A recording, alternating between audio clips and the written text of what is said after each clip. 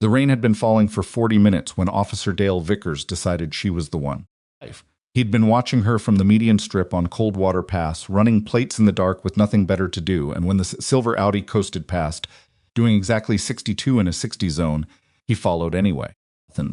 Something about the way she drove too steady to deliberate made him want to pull her over. She was a black woman in an expensive car on a wet Tuesday night, and Vickers had a talent for finding reasons. He lit up the flashers before he'd thought it through. Partner, Officer Jonah Pruitt, 23 years old, and 4 months out of the academy, walked up from the passenger seat and said nothing. He was already learning the right way to be quiet. If you've stayed with me this far, I want you to stay until the very end, because what happens next will shock you. Like this video, subscribe to my channel, and leave a comment telling me what city you're watching from. I want to see how far this story travels. Pulled onto the gravel shoulder cleanly. No hesitation, no brake surge. That most people panicked, a little hands fumbling brake lights flaring twice. Driver just eased over like she'd been expecting it. He stepped out and walked to the driver's window. Rain hit the back of his neck. He didn't put his hat on. The window came down before he reached it. She was maybe 40 with close-cropped hair and the kind of face that didn't shift easily. Not scared, not irritated, just still. She wore scrubs under a dark jacket and had a hospital lanyard tucked into the cup holder. The car smelled like coffee and antiseptic license and registration, Vickers said, not bothering with evening pleasantries. May I ask what the stop is for? Her voice was even, edge in it. You were swerving. I wasn't swerving. I clocked it. She looked at him for 1 full second, then reached into the glove compartment without hurry and handed him both documents. On the license was Dr. Mirabel Okafor. The registration showed the vehicle belonged to her outright. Vickers took his time studying the paperwork. Behind him, Pruitt had stepped out of the cruiser and stood near the passenger side of the Audi, hands in his vest pockets, rain beating on his cap. What do you do, Dr. Okafor? Vickers said the title, the way some people say quotation marks. I'm the director of trauma nursing at Harwick Regional Medical Center. Up. That's a long way from Harwick. I live in Dalton Ridge. I work. In Harwick, it's 22 miles. He handed the documents back without looking at her. Step out of the vehicle. The air between them tightened. Mirabel Okafor didn't move immediately. She looked at him with the same stillness she'd had since the window came down, and for just a moment, Vickers thought she was going to ask why, which he would have enjoyed because he'd invented a reason already. Instead, she unfastened her seatbelt, reached over to the back seat for her phone, and placed it on the dashboard before she opened the door. Vickers noticed the phone. He told himself it didn't matter. You need to leave that in the vehicle, he said. I'll leave it right where it is. He didn't push it, not yet. She stood on the gravel shoulder in the rain, without a coat, hands visible at her sides. She was shorter than he'd expected, 5'4", maybe 5'5", but she stood like someone accustomed to being in the middle of emergencies without moving her feet. I'm going to need you to step to the rear of your vehicle. She walked there without comment. Pruitt caught Vickers' eye across the roof of the Audi. Vickers gave him a small nod that meant keep watching the road. Pruitt turned and looked at the highway. You smell anything in that car? Vickers said loud enough for her to hear. Sir, Pruitt said. He was looking at the highway. His voice was careful. I do. Vickers walked back to the driver's door. I'm detecting a strong chemical odor consistent with controlled substances. That gives me probable cause to search the vehicle. As Mirabel spoke from behind the car, no odor existed when I exited. You didn't approach with a K9. You haven't administered a field test. You're describing probable because you haven't established. Vickers turned to look at her. She was standing with rain running down the side of her face, her expression unchanged. Eddie, I've been doing this for 18 years. I'm aware that 18 years is a long time to develop a practice, she said. He didn't know what that meant. It annoyed him. He turned back to the vehicle and began his search. Pruitt didn't move from the rear of the car while Vickers worked through the interior. He could see Dr. Okafor in his peripheral visions. He was watching Vickers, not Pruitt, with the focused attention of someone reading a document carefully. Not scared, not performing calm actually. Calm, which was different, and it bothered him more than fear would have. Vickers checked the glove compartment, the center console under the seats. Nothing. He opened the rear doors, ran his hand along the seat backs, lifted the floor mats.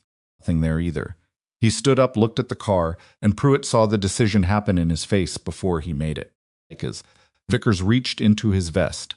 He moved fast, practiced 3 seconds at most, bending back into the rear footwell as if he'd found something under the seat lip. And when he straightened, he was holding a small plastic bag with a rubber band around it. Well, Vickers said, out enough for the road. Looks like we got something here. Right. He held it up in the beam of the Audi's interior lights. The bag contained a compressed white powder. Mirabel Okafor looked at it from 15 feet away. Right. She said nothing. You want to tell me what this is?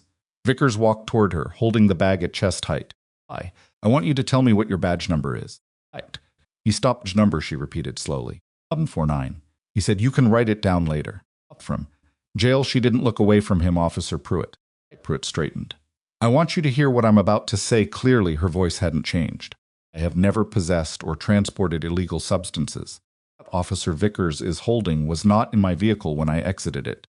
I am stating this now in front of you as a witness. 5. Don't drag my partner into this, said. He's already in it.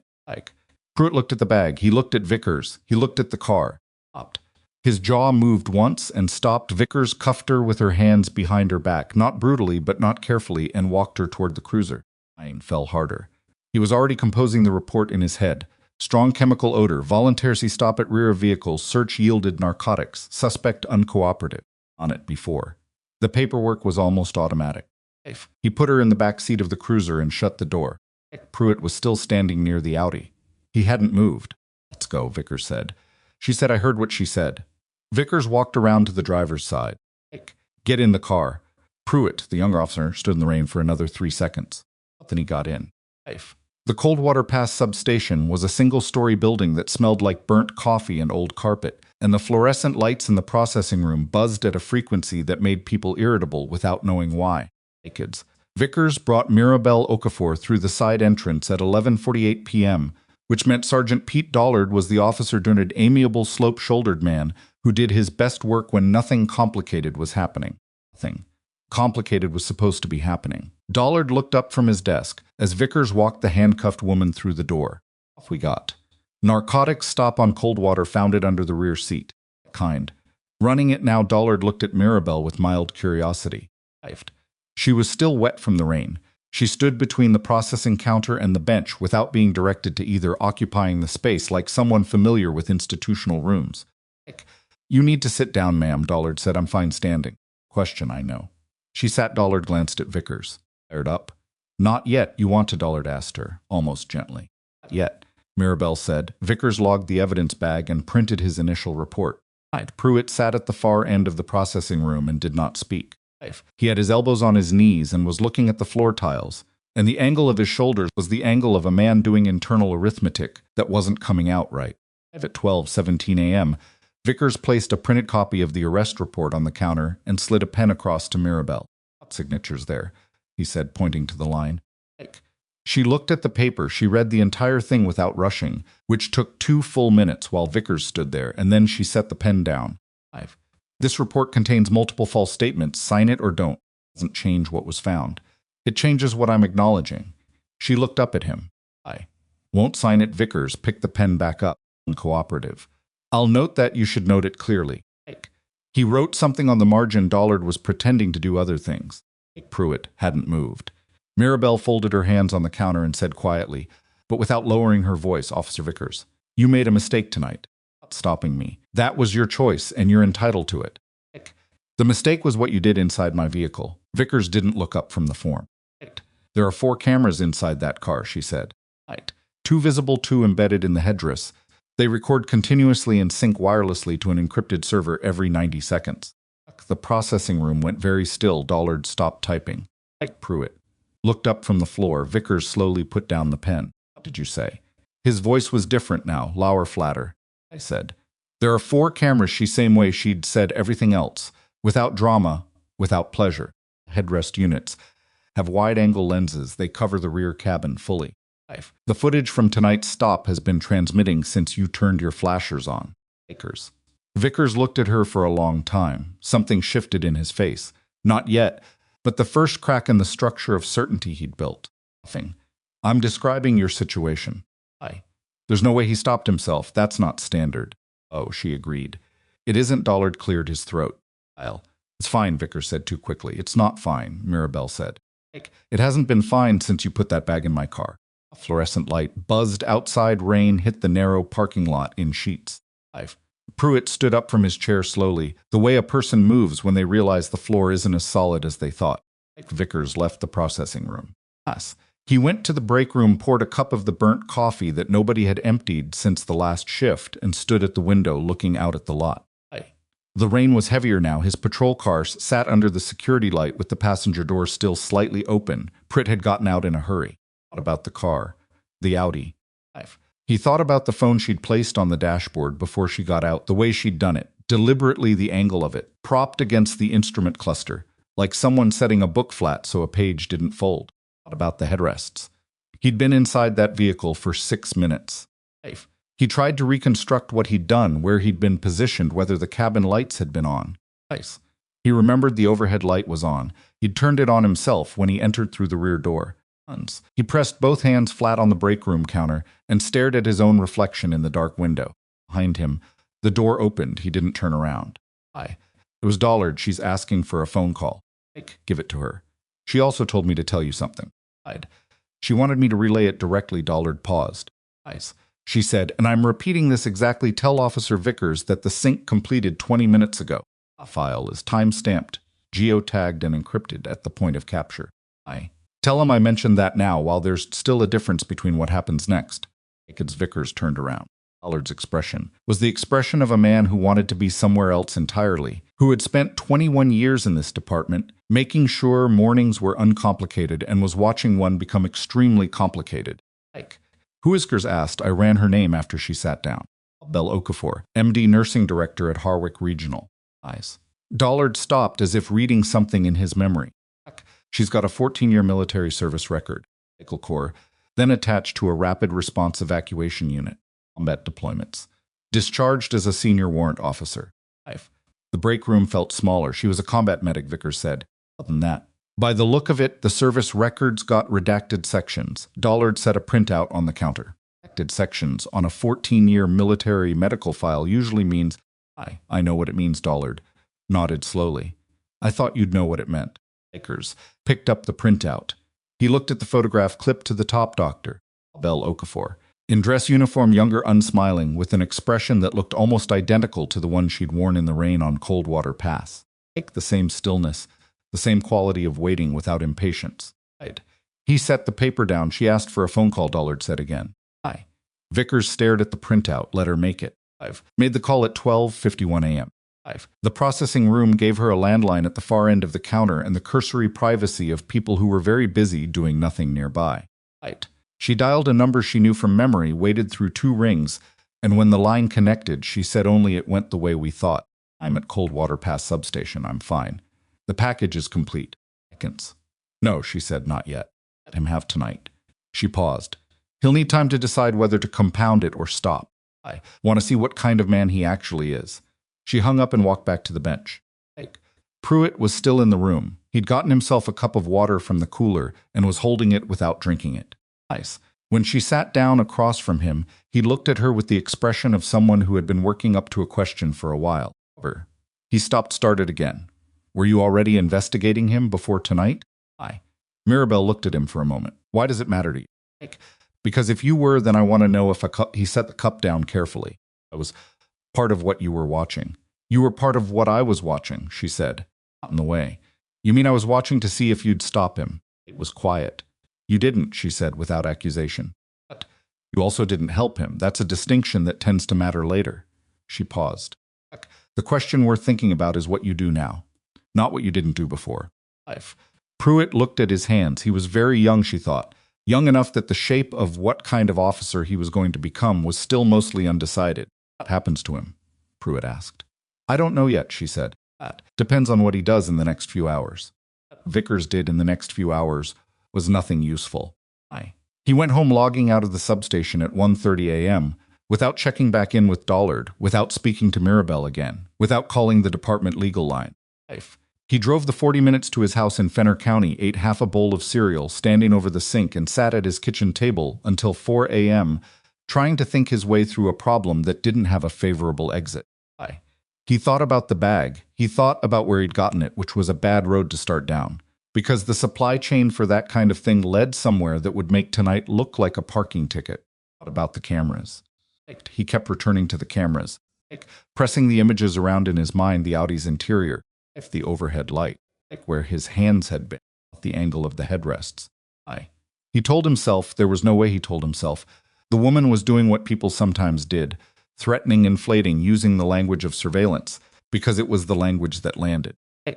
He almost convinced himself at 3:20 a.m. Then he remembered the way she'd said it. The sync completed 20 minutes ago, not I'm recording you, or I'll get my lawyer-specific technical timestamped. Reading off a system log at 4:15 a.m., he picked up his phone and called a number he should not have called, belonging to a person he should not have been in contact with. And in the 52 seconds the call lasted, he said 7 words that were not useful and 1 question that was worse. Mirabel Okafor spent the night in a holding cell at Coldwater Pass and slept for 6 hours without apparent difficulty.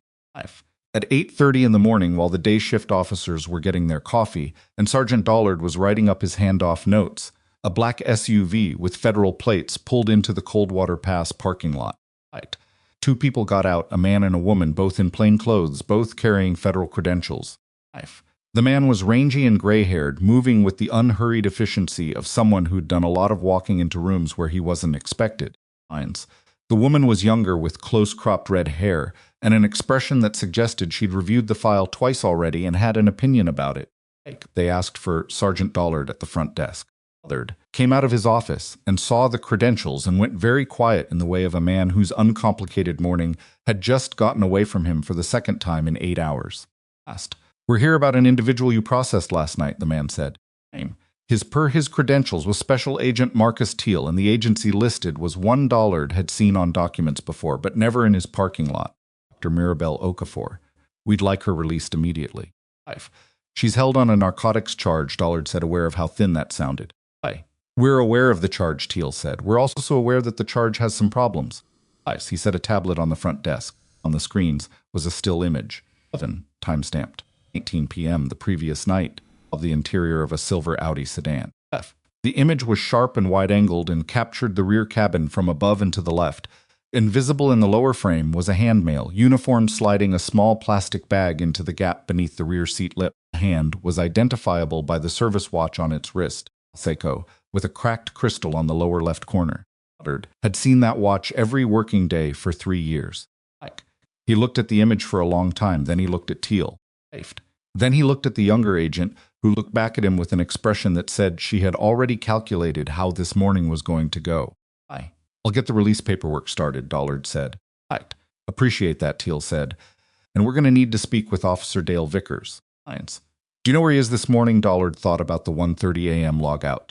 Unanswered radio check at 3 a.m. The phone in his desk that had shown a missed call from Vickers' personal number at 4:18 a.m. A missed call Dollard hadn't known what to do with and had been thinking about all morning. I'll reach out to him, Dollard said. That would be helpful, Teal said. To speak with him today. In an official capacity. The lobby of Coldwater Pass substation was quiet, except for the buzz of the fluorescent light above the front desk. The same buzz as the processing room. The same frequency that made people irritable without knowing why. Dollard became aware of it as if for the first time. He went to process the release. Mirabel Okafor was brought out of the holding area at 8:47 a.m.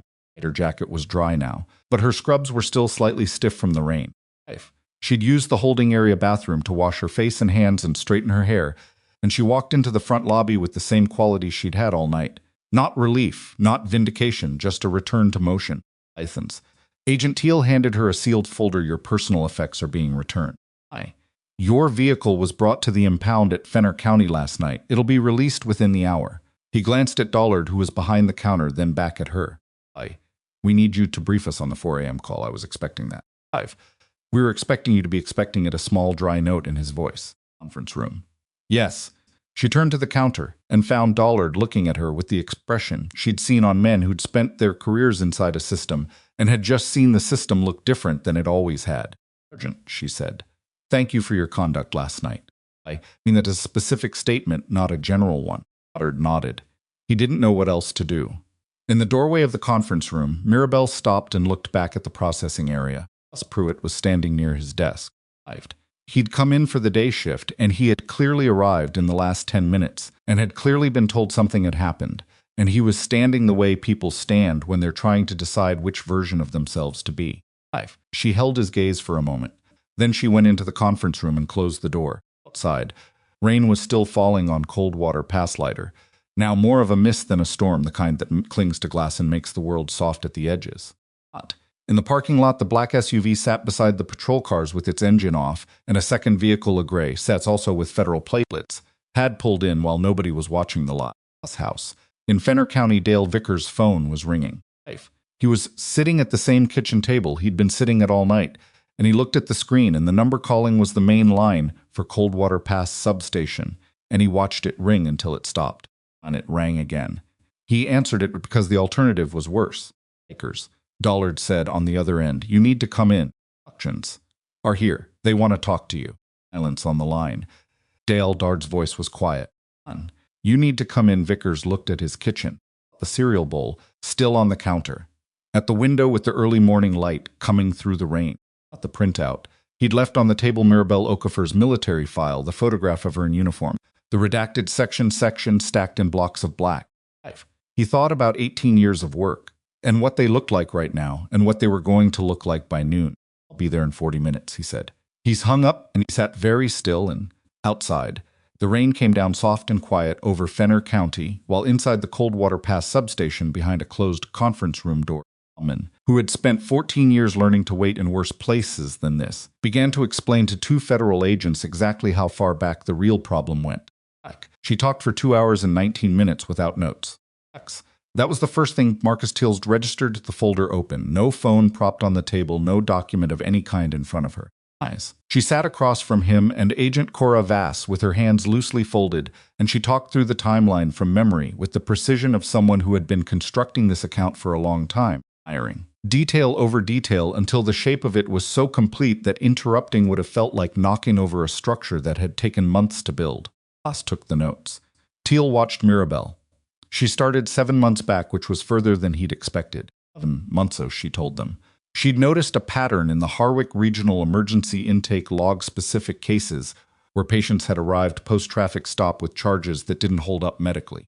Contusions inconsistent, with the stated COD toxicology results that contradicted arresting officer reports. 3 cases in 8 months, all involving stops on Coldwater Pass or the connecting routes between there and Fenner County. All 3 cases had been closed. 2 of the patients had taken plea agreements.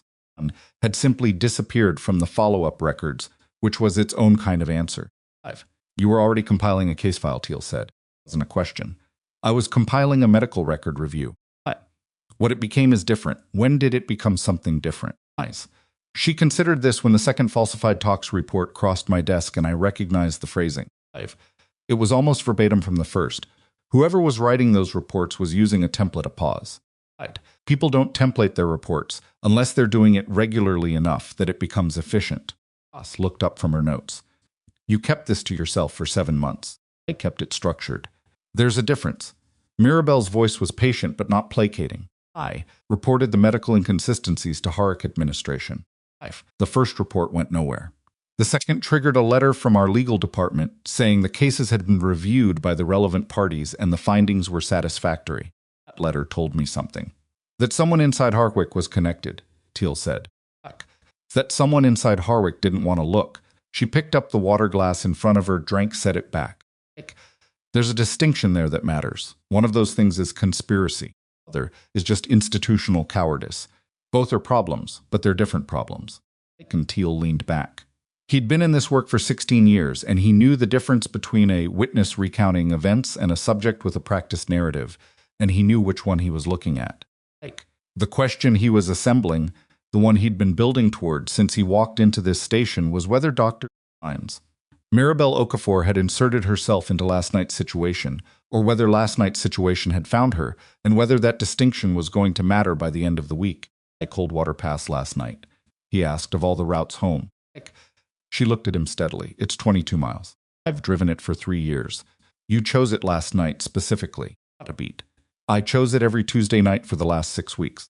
I was establishing a pattern that Vickers could observe. I'd run my plates twice in that window, which I know because I had a contact at DMV flag any inquiry against my registration. I I wanted him to have enough familiarity to make a move if he was going to make one. She set her hands flat on the table. I needed him to act voluntarily without a specific target request from wherever the operation originates. Because voluntary act is harder to walk back. Stopped writing. Hands. She and Teal looked at each other with the brief, practiced glance of people who work together closely enough not to need words for certain things. And you used yourself as the bait, Vass said. I used myself as the subject, Mirabel said. There's a distinction, Teal said, yes. The conference room hummed with the building's HVAC system. Outside. The narrow window, the mist had thinned and the parking lot was visible. The black SUV, the gray sedan, 2 patrol cars, and beyond them the 2-lane road that became Coldwater Pass 2 miles east of here. Teal pulled up the tablet with the still image on it and pushed it across the table. Walk me through the camera setup. 4 units, 2 production visible mounts on the A-pillars, 1 embedded in the rear passenger headrest on the driver's side, 1 in the driver's side sun visor. All 4 run continuous capture to an onboard encrypted drive. Every 90 seconds, the footage packets sync wirelessly to an offsite server with a geographic timestamp attached at capture, not at sync so. The timestamp can't be manipulated by anyone who intercepts the sync stream. A private security firm I contracted through a separate arrangement. Firm. She gave him the name. Vass wrote it down. Licensed and federally compliant. The installation documentation is in a file I'll give you this morning. You said there was a 4 a.m. call, Teal said. Tell me about that. The quality of her stillness changed. Not much. A slight settling, the kind of shift that only registered if you were watching for it. At 4:18 a.m., my release contact informed me that Vickers had made a phone call from his personal cell at 4:15 a.m. to a number that is under active monitoring by your office. She looked at Till carefully. I know it's under monitoring because I was told it was under monitoring when I was briefed on the scope of the operation. That briefing happened 9 weeks ago. Teal was very still. Ollie. By whom, exactly? She reached into the inner pocket of her jacket, which she'd been wearing since the processing officers returned her effects 40 minutes ago, and placed a folded document on the table between them. It was a single-sheet official letterhead, with a case reference number and a single line of authorization text above 2 signatures. Unfolded it. He read it, he handed it to Vass without comment. Vass read it. Her expression didn't change, but she put her pen down, which was a tell Teal had learned to watch for. You were brought in as an embedded source, Teal said, 9 weeks ago. Technically, I was a consulting subject matter asset. The distinction matters. Yes. He rubbed his face with one hand. Dr. Okafor. Why didn't you identify yourself last night? She looked at him with an expression that for the first time since he'd met her was almost something warmer than neutral. Because he needed to finish, she said. A stopped action isn't evidence. Completed action on camera timestamped from a subject with established motive and prior behavioral patterns a case. Teal picked up the tablet. He looked at the still image again. The uniformed hand, the watch with the cracked crystal, the bag moving from the vest pocket into the gap beneath the seat. He called the Fenner County number at 4:15, he said, after your release call. At 12:51, he waited longer than I expected. What does the Fenner County number connect to? Mirabel's expression returned to the flatness he'd first seen on a wet highway shoulder. That's what I imagine you're going to spend the next several days finding out. Vickers arrived at the Coldwater Pass substation. 9, which was 62 minutes, after he'd said 45. He'd showered and put on a clean uniform, and the discipline of those 2 things. The shower, the fresh shirt, was the discipline of a man trying to restore a structure that was already gone. The uniform didn't help. He knew it the moment he pushed through the front door and saw Dollard behind the desk with the face of a man at a funeral he hadn't been told was happening. Bobby was wrong. 2 officers he didn't know were seated near the front entrance. Not uniformed plain clothes. Federal posture. The particular quality of stillness that law enforcement people develop when they're waiting for something specific to walk through a door. Vickers stopped. One of them stood up. He was younger than Vickers, with a Maryland state lanyard under an open collar shirt and a credential wallet already in his hand. Officer Vickers. I'm Agent Darnalosi, Office of Professional Responsibility Liaison to the Federal Bureau of Investigative Standards. There are some people who'd like to speak with you. Vickers looked at Dollard. Dollard looked at the floor. I want my union rep. Vickers said, his voice was solid. He'd built it that way in the last 40 minutes of driving, stacking it against the fear underneath. That's absolutely you're right, OC said. We can get them on the phone now. In the meantime, we'd like you to surrender your service weapon and badge to Sergeant Dollard. On what basis? Administrative hold pending review. It's procedural. It was procedural the way a locked door is procedural. Vickers had looked at OC, at the second agent who hadn't stood up yet at Dollard at the floor. He unclipped his badge and laid it on Dollard's counter. He removed the service weapon from its holster and set it beside the badge with the barrel facing the wall, because 18 years of training didn't stop, just because the rest of it was collapsing. Sosi said they walked him to the same conference room where Mirabel Okafor had been sitting 2 hours ago. The chair on the window side was still slightly pushed out from the way she'd left it. Vickers sat in the chair opposite and looked at the walls and looked at the table and looked at his own hands. Then Teal came in. Vickers recognized him from prior cases, not personally but by reputation. Was the kind of federal investigator whose name circulated in department hallways with the specific weight of a name, people said quietly, aware that saying it too loud meant you'd been in a situation where it was relevant. You know why you're here, Teal said. He sat down and opened a folder but didn't look at it. I want to hear you say it. We have footage from a camera system inside the vehicle you searched last night on Coldwater Pass. The footage shows you placing a controlled substance into the vehicle's rear cabin. Teal said it with the flatness of reading a parts list. The footage is time-stamped, authenticated, and already in the possession of 3 federal offices. Copies were transmitted off-site at the moment of capture, so there's no version of events where the footage gets disputed on chain of custody grounds. Vickers said nothing. He'd known sitting at that kitchen table since 3 a.m. that silence was the one available option, and he'd been trying to build a structure around it. The structure felt thinner now, with Teal sitting across from him. What I want to talk about, Teal continued, isn't last night. Last night is already resolved. He folded his hands. I want to talk about the number you called at 4:15 this morning. The air went out of the room in a specific way. Vickers looked at Teal.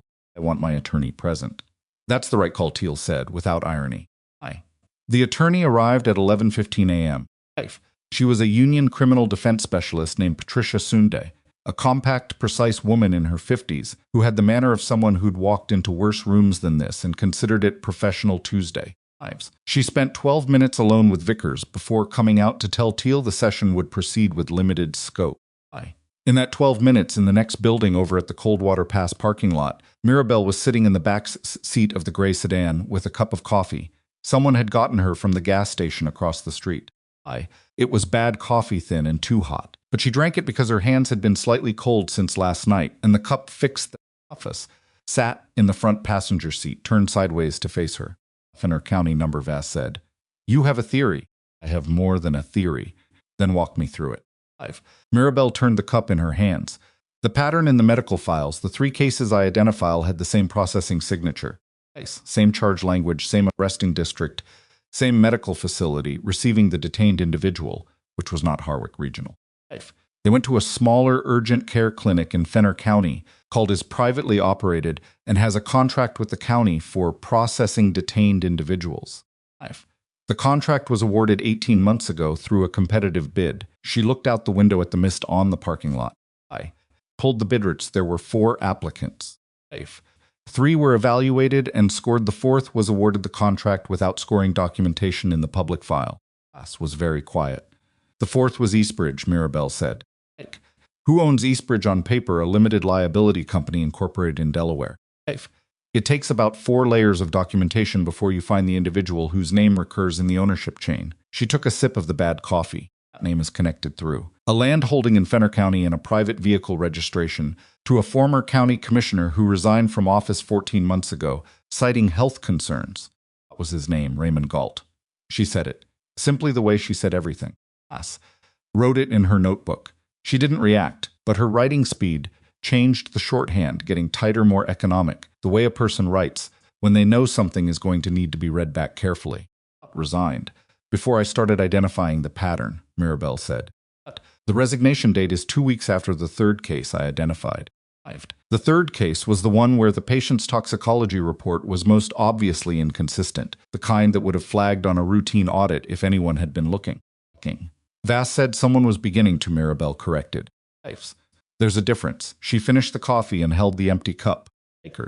Calling the Fenner County number at 4 a.m. tells you the connection still runs live, she said. Athens. He wasn't like a former contact in a panic. He was calling up a chain. Which means the chain still has structure. Vass closed her notebook. You knew he'd call after you told him about the cameras. I suspected he would. Mirabel set the cup on the seat beside her. I've found that people who've operated inside a protected system for a long time have a specific reflex when they feel the protection slip. They don't go silent, they reach upward. They call whoever has always solved things for them a pause. That call is the first time Vickers has given us something we didn't already have. Through the windshield, Vass could see the substation entrance. A third federal vehicle had arrived. While they were talking, a white van antenna array on the roof, the kind of unit that meant somebody was running technical intercepts. How much do you know about Galt? Vass asked. Enough to know this conversation isn't the one that matters right now. Mirabel looked at her steadily. The one that matters is whatever Vickers said on that phone call, and whether Galt, whoever answers at that number, is already moving. He was already moving by 10:30 a.m. Three things had happened on the other end of the Fenner County number that nobody at Coldwater Pass substation yet knew about. First was a text message from a burner phone to a number in the Eastbridge Medical Administrative roster containing 4 words, "Close the June files." The administrative contact who received it was a woman named Donna Pruitt, who had been the intake coordinator at Eastbridge for 11 months, and who had understood from her first week of employment that part of her job description existed outside her actual job description. She received the text at C7 a.m., looked at it, looked at her desk, and began pulling physical folders from the second drawer of the cabinet behind her. The second thing was a call from a law office in Millbrook County to the Fenner County Commissioner's office, described as a routine real estate consultation, lasting 4 minutes and involving no real estate. A third thing, the one that mattered most and that nobody would find out about until it was almost too late, was a black pickup truck that left a private property on Dill Creek Road in Fenner County at 10:22 a.m. Drove 14 miles south to a self-storage facility in a town called Breck's Landing and pulled into Unit 31 with its tailgate facing the roll-up door. Unit 31 had been rented 11 months ago under a business name that was one LLC removed from Eastbridge Medical. It were filing boxes, a hard drive array mounted in a portable rack, and 3 cardboard shipping boxes sealed with brown tape. The driver of the truck was not Raymond Galt. He was younger, heavyset, with work-worn hands, and the expression of a person carrying out instructions rather than thinking them through. He loaded the hard drive rack into the truck bed, first then the sealed shipping boxes. Toppling boxes he left. Then he pulled the roll-up door down and left. He was 11 minutes south of Breck's Landing when Cora Vass's phone received an alert from a monitoring system she'd set up on the Eastbridge Medical Building's ISP address 3 weeks ago. The alert indicated that a remote wipe command had been sent to an off-site device registered to Eastbridge Medical's network. She looked at the alert. She looked at Mirabel in the back seat. "They're moving evidence," Vass said. "How fast can you get to Eastbridge?" Vass was already opening her door till. She called across the parking lot.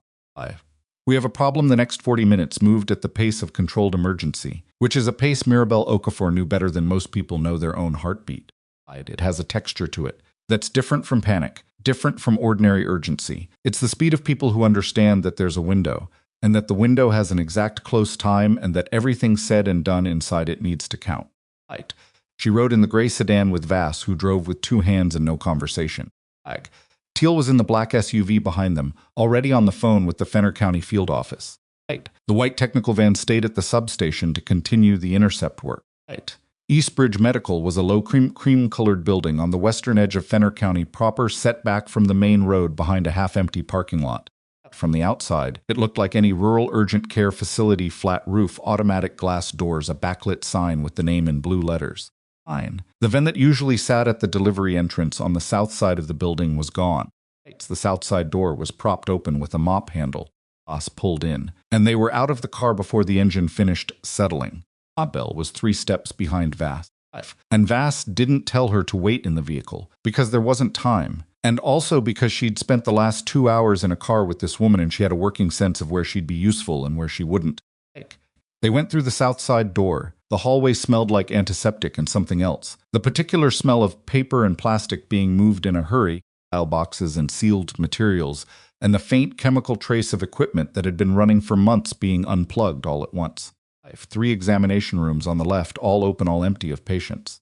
Second, an administrative suite at the end of the hall, with the door standing open and a single overhead light left on. Inside the administrative suite, a woman with a stack of folders in her arms, and the expression of someone caught between a decision she'd already made and one she was still making. Vass and froze. Vass held up her credentials. Agent. Don't move, put the folders on the desk. Donna Pruitt, though nobody in the room knew her name, yet looked at the folders in her arms. She looked at Vass, she looked at the window, she put the folders on the desk.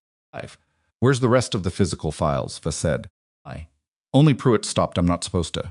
You received a message this morning telling you to close the June files, Vass said. I intercepted that message. You can tell me where the June files are, or I can note in my report that you chose not to cooperate after being formally identified to federal agents. If those are your two options. Pruitt looked at Vass. She looked at Mirabel, who was standing in the doorway. Mirabel looked back at her with an expression that wasn't threatening, just present, attentive, the face of someone who understood exactly what Pruitt was weighing. Drawer, Pruitt said, and pointed to the filing cabinet against the east wall, second and third drawer. There's a red tab on each of the June folders. Vass moved to the cabinet. The folders were there, 6 of them, red tabs clearly visible. Mirabel was looking at the desk, at the computer screen, which showed a network status interface. One device in the Eastbridge system was listed as disconnected remote wipe in progress. Hard drives are already gone, Mirabel said. When did they leave? Vass asked Pruitt. 5. Before I got in, Pruitt said, her voice getting smaller. The message said to come in an hour early. When I got here, the server room was already ready, cleared out. Who sent the message to come in early? Pruitt's mouth opened and closed. Was it Galt? Vass said.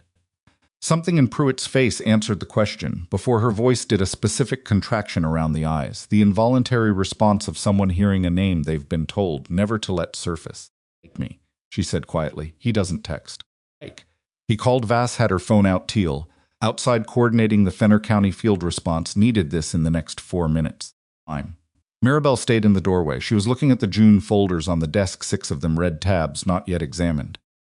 They contained, she knew from the pattern she'd been building for 7 months, the intake records for individuals processed through Coldwater, past stops and diverted to Eastbridge, rather than to County Hospital. She also knew that the records would not tell the whole story. Records, edited to conceal things, always leave their own kind of trace gaps where entries should be. Timestamps that don't sequence properly. Physiological data that flatlines at the wrong moment. She'd been reading that trace for 7 months. She looked at Donna Pruitt, who was standing behind the desk with her arms loose at her sides, the posture of someone who has just put something down that they've been carrying for too long. How long have you worked here? Mirabel asked. Pruitt blinked. She hadn't expected a question that wasn't about evidence. 7 months. Were you here when the first June case came through? A pause. The second month I was here, I didn't. She stopped. I didn't know what I was looking at, but you kept looking. Pruitt said nothing. Then so clear it almost disappeared into the hum of the building's systems. I kept copies of everything. I kept them at home. Vass turned from the phone call. Mirabel kept her eyes on Pruitt, where at home. Outside, a second federal vehicle had pulled into the Eastbridge lot. Teal's voice carried faintly through the open south side door, rapid, decisive, the voice of someone running 4 things simultaneously. The mist had finally burned off, and thin November sunlight was coming through the administrative suite's single window, falling across the June folders on the desk in a long, quiet stripe. Pruitt looked at Mirabel for a long moment.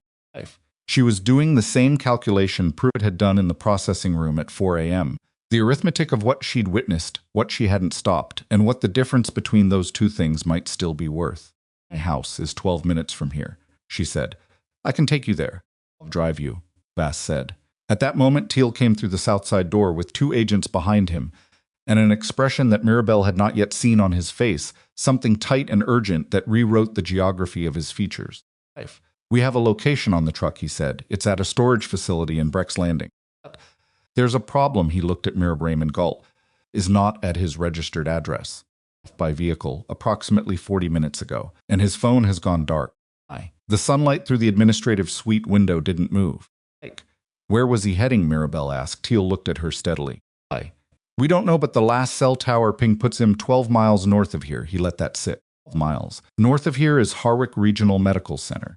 The sound of the building's HVAC system was suddenly very loud. A hospital. Mirabel, say a hospital, Teal said. And we have no eyes inside. Mirabel was already moving before Teal finished the sentence. Running. She didn't run. life, because running inside a building produces noise and disrupts other people's thinking, and she needed to think clearly for the next 90 seconds. But she was moving at the particular pace of someone compressing distance without visible urgency, and Teal had to lengthen his stride to keep up with her. What's his connection to Harwick Regional? She said, walking toward the south side door. We don't have a confirmed connection yet, then I'll tell you. She pushed through the door into the parking lot. The November light was thin and flat. Harwick Regional's pharmacy supply contract was renegotiated 14 months ago. The winning vendor was a distribution company called Caldwell Med Supply, incorporated in Delaware. I flagged that contract 8 months ago because the pricing structure for controlled substance inventory was 31% below market, which is the kind of number that either means extraordinary efficiency or means something is moving through the supply chain that isn't supposed to be there. Stopped walking. You flagged a pharmaceutical supply contract. I flagged a discrepancy. I sent a written concern to the hospital's compliance officer. She turned to look at him. Compliance officer's name is Ward Ellery. He's been in that role for 16 months. Before Harwick, he worked for a consulting firm in Millbrook County. She let that land. The same county where the law office call originated this morning. Till looked at her for 3 full seconds. You've been building this for 7 months and you didn't tell us. I told you 9 weeks ago when you briefed me. Her voice didn't harden, but didn't yield either. What I gave you 9 weeks ago was the Vickers thread. The hospital thread wasn't ready. I needed Vickers to make a move before Galt knew the Vickers thread was exposed, because if Galt knew the hospital thread would close before you had enough to act on it. She turned back toward the sedan. Closed. Anyway, so now we move faster. Vass was already in the driver's seat, engine running. Teal made a call as he walked, short directive, the kind of call that mobilizes people who were already partly mobilized, and got in. Mirabel was in the back seat with the door closed before the second ring. Who inside Harwick do you trust? Vass said, pulling out. Mirabel thought about this. Trust was a word with a specific operational meaning in situations like this, and she'd learned not to use it loosely. Deputy Nursing Director, Annette Rourke.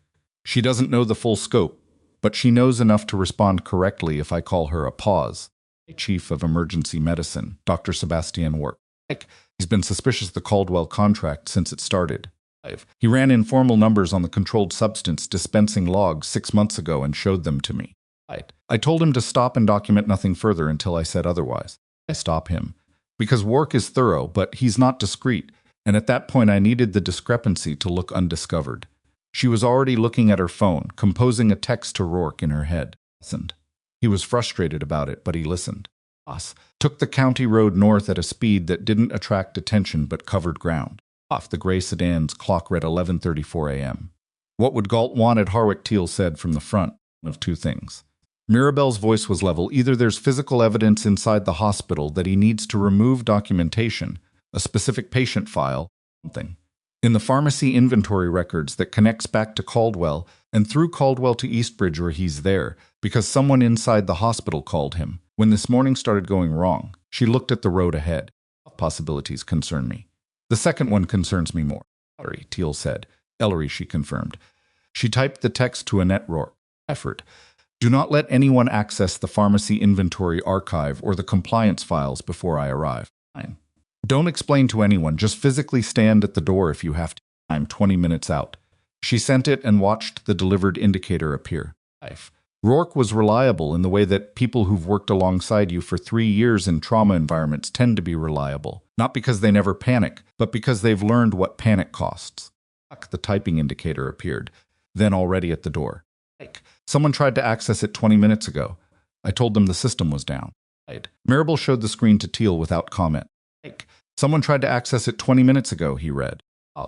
Has been inside the building for at least 20 minutes, she said. Harwick Regional Medical Center was a mid-sized regional facility serving 4 counties. On a campus that had grown in pieces over 3 decades, a central tower from the 1980s, flanked by 2 newer wings, and a freestanding emergency department added 6 years ago. On a Tuesday late morning, it ran at about 70% of its daytime capacity. The parking structure had 2 entrances. The main entrance faced east. There was a service entrance on the north side that most staff used. Mirabel told Vass to use the service entrance. They badged through at 11:51 a.m. Teal's credentials got a second look from the security desk that lasted about 4 seconds before the guard nodded them through. Not because he was indifferent, but because Mirabel was with them, and Mirabel was the nursing director. And the nursing director didn't come through the service entrance, unless something was happening that nobody wanted to flag in the main lobby. The client's office was on the second floor of the central tower, adjacent to hospital administration, and separated from the clinical floors by a fire door and a half-flight of stairs. Mirabel led them up without consulting a directory, which was a small thing, but Teal noticed it, the particular fluency of someone moving through a space they know the way they know their own hands. Rourke was standing outside the compliance office door when they came around the corner. She was a tall, broad-shouldered woman in her mid-40s, with the posture of someone who'd been on her feet since morning and wasn't going to acknowledge that. She looked at Mirabel, then at Teal and Vass, then back at Mirabel. He's inside, Rourke said quietly. He went in through the interior access from Ellery's office about 12 minutes before you texted. I didn't know about the interior door, a flash of irritation at herself. He came out once, went down the east corridor, and came back. He's been in there since. What's in the east corridor? Teal said. Well, to the basement, record storage, and pharmacy substation. Mirabel was already looking at the compliance office door. Ellery with him. Ellery called in sick this morning, Rourke said. 30 minutes after I got here. Teal and Vass exchanged the glance again. Sick, convenient, positioned. I need you to step away from this floor, Mirabel said to Rourke. Go to the nursing station on 3 and stay there. If anyone asks, you haven't seen me this morning. Rourke looked at her. Are you going in there? Federal agents are going in there. Mirabel looked at Teal. I'm observing. Rourke left. She didn't look back, which was exactly the right thing to do. Teal had his phone out, doing a quiet coordination with 2 agents who had come in through the main lobby 2 minutes behind them and were currently positioned at the east stairwell entrance and the ground floor pharmacy substation access, respectively. Positioning took 4 minutes to confirm. During those 4 minutes, Mirabel stood in the corridor outside the compliance office door and did the things she had learned to do in evacuation zones under conditions considerably worse than a hospital hallway in November. She was quiet and she listened. Through the compliance office door movement, the specific sound of cabinet drawers opening and closing, the soft compression of file folders being stacked, the slight rasp of something sliding across a desk. Someone working quickly but not panicking, organized motion. He's packing, she said quietly. Teal nodded. He moved to the door, positioned to the left of the frame. Took the right standard entry posture, unhurried. No drawn weapons. This was a building full of patients, and this man was not believed to be armed, though believed was doing some work in that sentence. Dr. Okafor, Teal said. Please move to the far end of the corridor. She moved 12 steps back and stopped. She could still see the door. Teal knocked once firmly. Mr. Galt, this is Special Agent Marcus Teal with the Federal Bureau of Investigative Standards. Please step away from the filing system and open the door. Silence. 4 full seconds of it. Then I'm a former county commissioner. I'm here as a consultant to review compliance documentation. Voice didn't change the door, Mr. Galt. 8 more seconds. The lock clicked, the door opened. Raymond Galt was 61 years old, thick through the shoulders, with the particular bearing of a man who had spent 2 decades in rooms where he was the most powerful person present and had not yet fully registered that this room was different. He was holding a manila folder. His eyes moved from Teal to Vass to the corridor behind them with the quick calculation of a man assessing exits and finding them already assigned. He looked at Mirabel at the far end of the corridor. She looked back at him. Something moved through his expression, recognition first, then a recalibration, then something that was close to anger but came out as controlled flatness. I have authorization to be in this office, he said. On whom? Teal said from Ward Ellery, the compliance officer. Ellery called in sick this morning and will be speaking with him shortly. In the meantime, I'd like you to put the folder down on the nearest surface and step into the corridor. Looked at the folder. He set it on the corner of the desk inside the door, the careful placement of a man who understood that every physical action he took was now being catalogued. He stepped into the corridor. Voss moved past him into the compliance office to secure the room. Teal stood with Galt in the corridor, not touching him, not cuffing him, just occupying the space between him and any direction he might choose to move. Mirabel walked back from the far end of the corridor. She stopped 8 feet from Galt and looked at him with the same steadiness she'd had on a wet shoulder on Coldwater Pass. And he looked at her with the expression of a man encountering the specific consequence of a specific decision. Not abstract consequence, not eventual consequence, but the one standing in front of him right now. You've been building a case, he said. Yes, for how long? Long enough. He looked at her for another moment. Knife. You're a nurse director. I'm also a great many other things, she said. As it turns out, what came out of the compliance office in the next 40 minutes was a partial picture enough to see the shape of, not yet enough to see all the edges. Manila. Folder Galt had been holding contained printed communications between Caldwell Med Supply and a subsidiary account held under the Eastbridge Medical LLC structure, documenting inventory transfers that did not correspond to any patient records at either facility. Transfers were logged as returns defective product sent back up the supply chain, but the quantities were wrong in a specific way. They were too consistent. Genuine defective product returns have variants.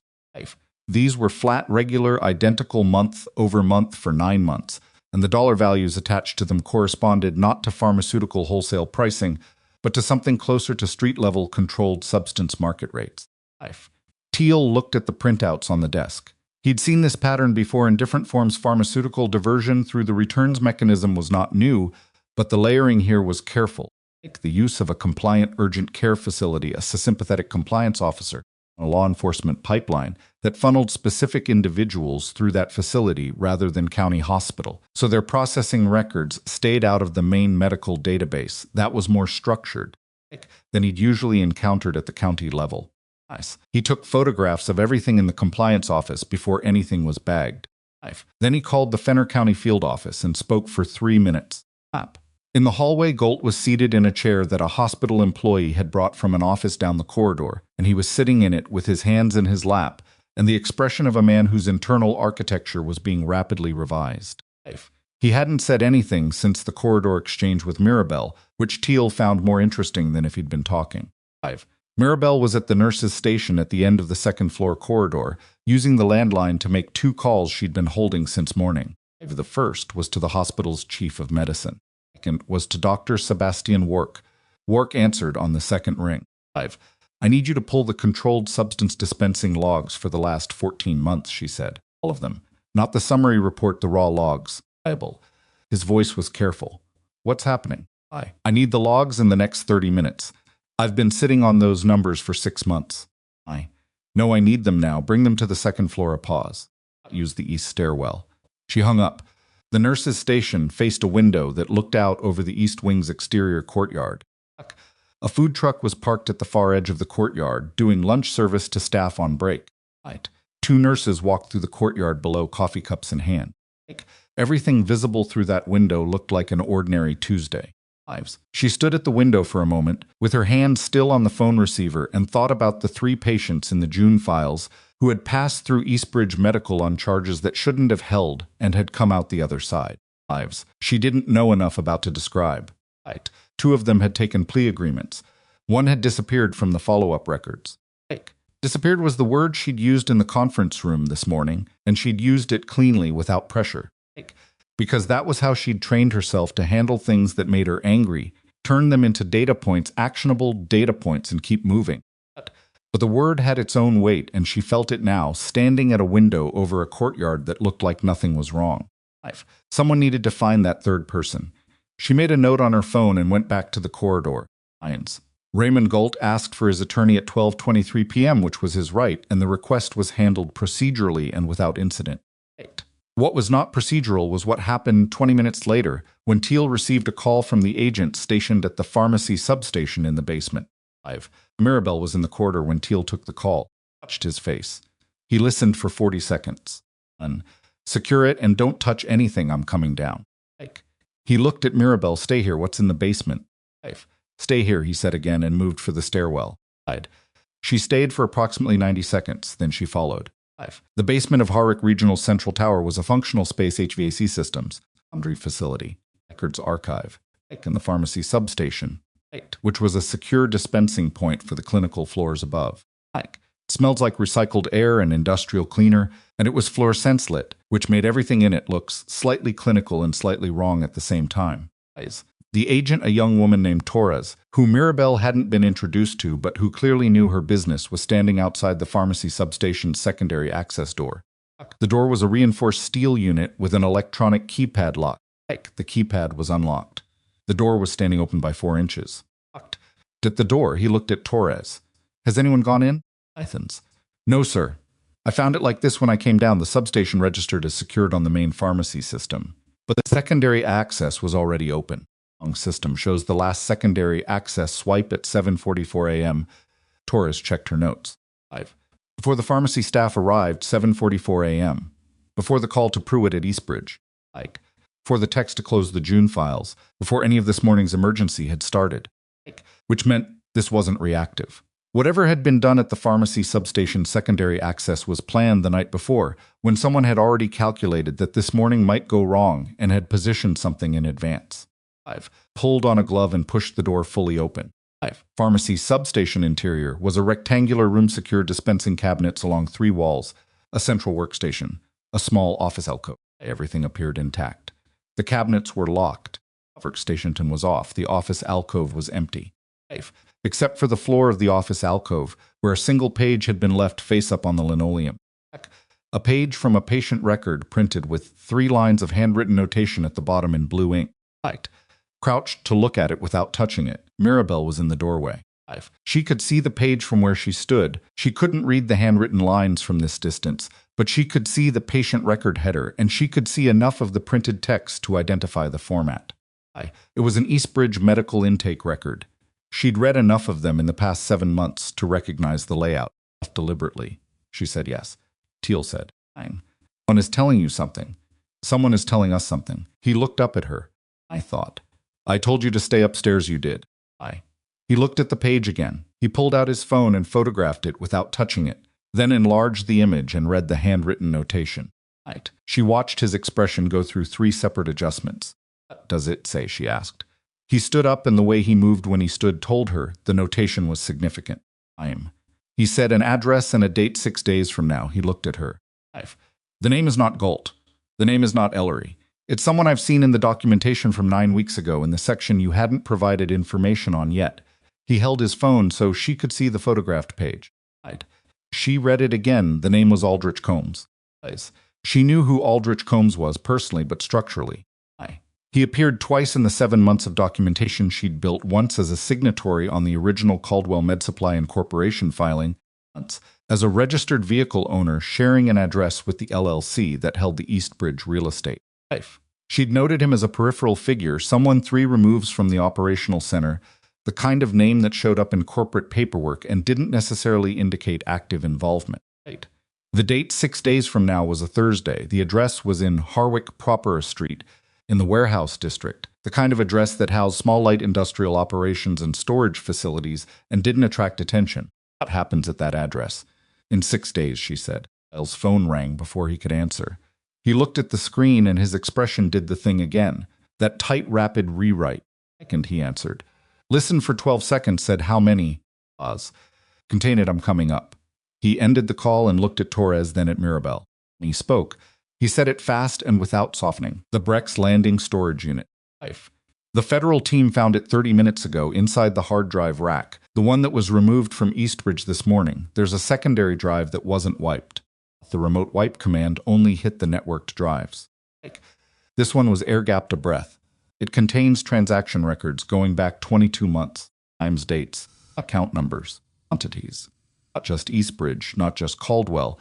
He looked at the page on the floor, given teens facilities across 4 counties, including lying. Mirabel said. He looked at her with the expression of someone handing over something heavy, including 3 county law enforcement departments, a state prosecutor's office, and a sitting federal magistrate who covers this district. The pharmacy substation hummed with its own systems, the refrigerated cabinets, maintaining their temperatures, the ventilation cycling, the electronic locks, keeping their state. Mirabel stood in the doorway with the November light from the corridor behind her and looked at the page on the floor of the office alcove and thought about the word structure, about how it had a different meaning in medicine than it did in buildings. In medicine, structure was what you found when you opened something up and looked carefully, and what you found was almost never as simple as you'd hoped, and almost never as complicated as you'd feared. It was usually something in between, a system that had been working the way someone designed it to work, for purposes other than the ones it claimed. 17 facilities. A federal magistrate, 22 months. Wasn't a county operation anymore, Teal, she said. He was already moving for the door. The Thursday address, she said. 6 days, he stopped.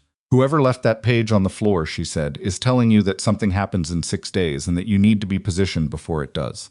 She looked at him carefully. That page wasn't left by Galt. He didn't have access to the secondary drive information, because that drive was air-gapped. Nobody knew what was on it except the person who put it there. She paused. Which means someone else inside this operation has been waiting for it to break open. Another source, he said, inside the network. Someone who positioned that page before 7:54 a.m. this morning. Before any of this started, she looked at the alcove. Someone who knew last night that today was going to go the way it went. A fluorescent light above the pharmacy substation flickered once, a half-second dimming, nothing more, and then steadied. Teal looked at the page on the floor. He looked at Mirabel. The question that moved through his face was the same one that had been building since the conference room this morning. The question about how much she knew and how long she'd known it, but it was a bigger question now, with more weight behind it. And she could see him deciding whether this was the moment to ask it directly. Before he could, Torres spoke from behind them both. Her voice was level, the voice of someone delivering information rather than reacting to it. Upstairs. Are reporting an incident on the second floor, Torres said. A man matching Raymond Galt's description collapsed in the corridor approximately 3 minutes ago. But the symptoms are. She checked her phone. They're describing chest pressure diaphoresis confusion. They've called for medical. Mirabel was already moving. She moved past Teal, past Torres to the stairwell door. Not running, but the pace had compressed significantly. And her hands were already doing the automatic preparation of someone whose body remembered emergency before her mind finished telling it to. That's his age, she said as she hit the stairs. St1, Torres said, keeping pace behind her. Cardiac event. Probability in a 61-year-old male under acute psychological stress with unknown baseline health. The arithmetic was fast and not good. She needed an AED, she needed a crash cart within reach, and she needed to know if Galt was on any anticoagulants before anyone administered anything. Because if he was, certain interventions would do more damage than the event itself. She came through the stairwell door onto the second floor at a pace that the 2 federal agents in the corridor registered immediately. One of them was already on the radio. The other was crouching beside Galt, who was seated on the floor against the wall, with his back against the baseboard and his color wrong, in the specific way she recognized. The gray-tinged, damp-skinned, slightly unfocused presentation of a man whose cardiac function was doing something it shouldn't. She was on her knees beside him in the same motion. Look at me, she said. Right here. How long has the chest pressure been there? That's in 10 minutes. Maybe stop jaw tie in your left side center. After radiating. He closed his eyes. Keep them open, not sharp, just directive. So are you on any blood thinners? Any medication, think. Isinapril, he said, and he stopped again, and the pause was the kind that preceded something going worse. A hospital crash cart was 20 feet down the corridor. Mirabel looked at the agent beside her. Get that cart right now. She looked up at the other agent. The floor nurse. I need a 12 lead and a cardiac consult, and I need them in the next 4 minutes, not 5. Agents moved. She kept her fingers on Galt's wrist, radial pulse rate and quality. She didn't need equipment to begin with. She needed 17 seconds of information from his body. The pulse was irregular, not absent, not catastrophically so. Regular, with a quality that said the electrical system was having an argument with itself and hadn't decided who was winning. Behind her, she heard the rapid approach of clinical staff, the specific rhythm of multiple footsteps that meant the floor nursing team had been activated, and she knew in the next 60 seconds this would stop being her problem in the operational sense and would become someone else's clinical problem, and she would have to step back and let that happen, even though every year of her training was in her hands right now. She stayed in position until the floor nurse, a man. She knew Marcus Del Rey, one of the steadiest nurses in the building, reached them and dropped beside her with the cart. What do we have? Del Rey said. Probable cardiac event, 61 lisinopril onset, approximately 10 to 12 minutes. Irregular radial, no loss of consciousness. Radiating pressure center chest. She pulled back to give him room. Likely, he needs a 12 lead right now and likely a cardiology consult within the next 20 minutes. Del Rey was already working. The crash cart was open. Another nurse was coming down the corridor at a run with a portable monitor.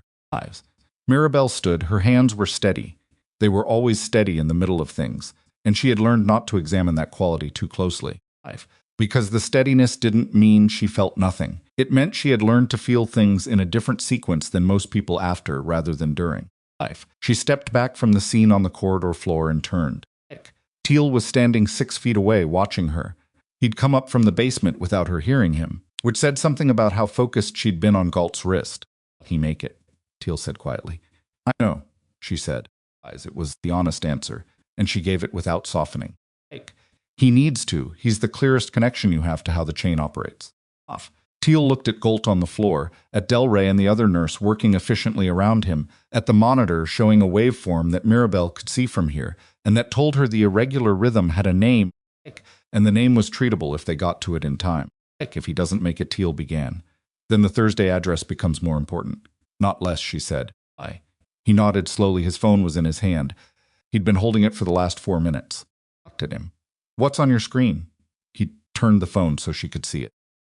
A text from the Fenner County field office received 40 seconds ago, containing 3 words and a name she hadn't seen before.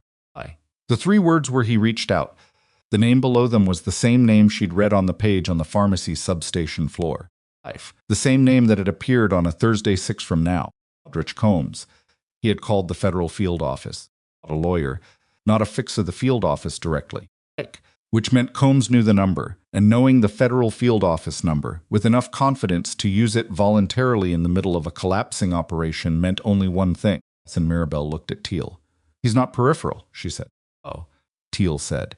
"He's not down the corridor." The cardiac monitor beeped steadily, and Marcus Del Rey's hands moved with the careful speed of someone managing a crisis they were trained for, and Raymond Galt was still alive, for now, which was the best available answer, and somewhere in this building, in the ordinary Tuesday motion of patients and staff and lunch trays and shift rotations, 6 days was counting down toward a Thursday that Aldrich Combs had apparently already decided would be the moment everything changed. The question that nobody had answered yet, that Mirabel was already turning over with the focused patient attention she gave to things that mattered, was whether Combs intended to change things for the operation or against it. And whether by the time Thursday arrived, it would still be her decision to make or someone else's. The answer came in pieces. The way answers in these situations always did. Not a single revelation, but an accumulation. Each piece landing with the specific weight of something that had been true for a long time before anyone found the language for it. Aldrich Combs called the Fenner County field office at 12:41 p.m. and spoke for 27 minutes. Teal was on a conference bridge for the last 19 of those minutes, listening without speaking, and Mirabel sat across from him in a small administrative office on Harwick Regional's 2nd floor with the door closed and a cup of coffee she wasn't drinking, and watched his face move through its sequence of controlled adjustments. When the call ended, Teal sat for a moment with his phone on the table between them. "He's been inside the operation for 14 months, Teal said. But as an operator, as a monitor, Mirabel waited. He was brought in originally as an accountant, legitimate function. The Caldwell Med Supply subsidiary needed someone to manage the return credit accounting, make it look clean on paper. Teal picked up the phone, turned it over, set it down again. 5 months in, he figured out what the return credits were actually covering. He's not a lawyer, not an investigator. He's an accountant from Harwick who got pulled into something because he was good at making numbers behave. And instead of leaving, he stayed and documented everything, Mirabel said. He stayed because he was scared to leave. He thought leaving would flag him. Teal looked at her. He's been living with it for 9 months.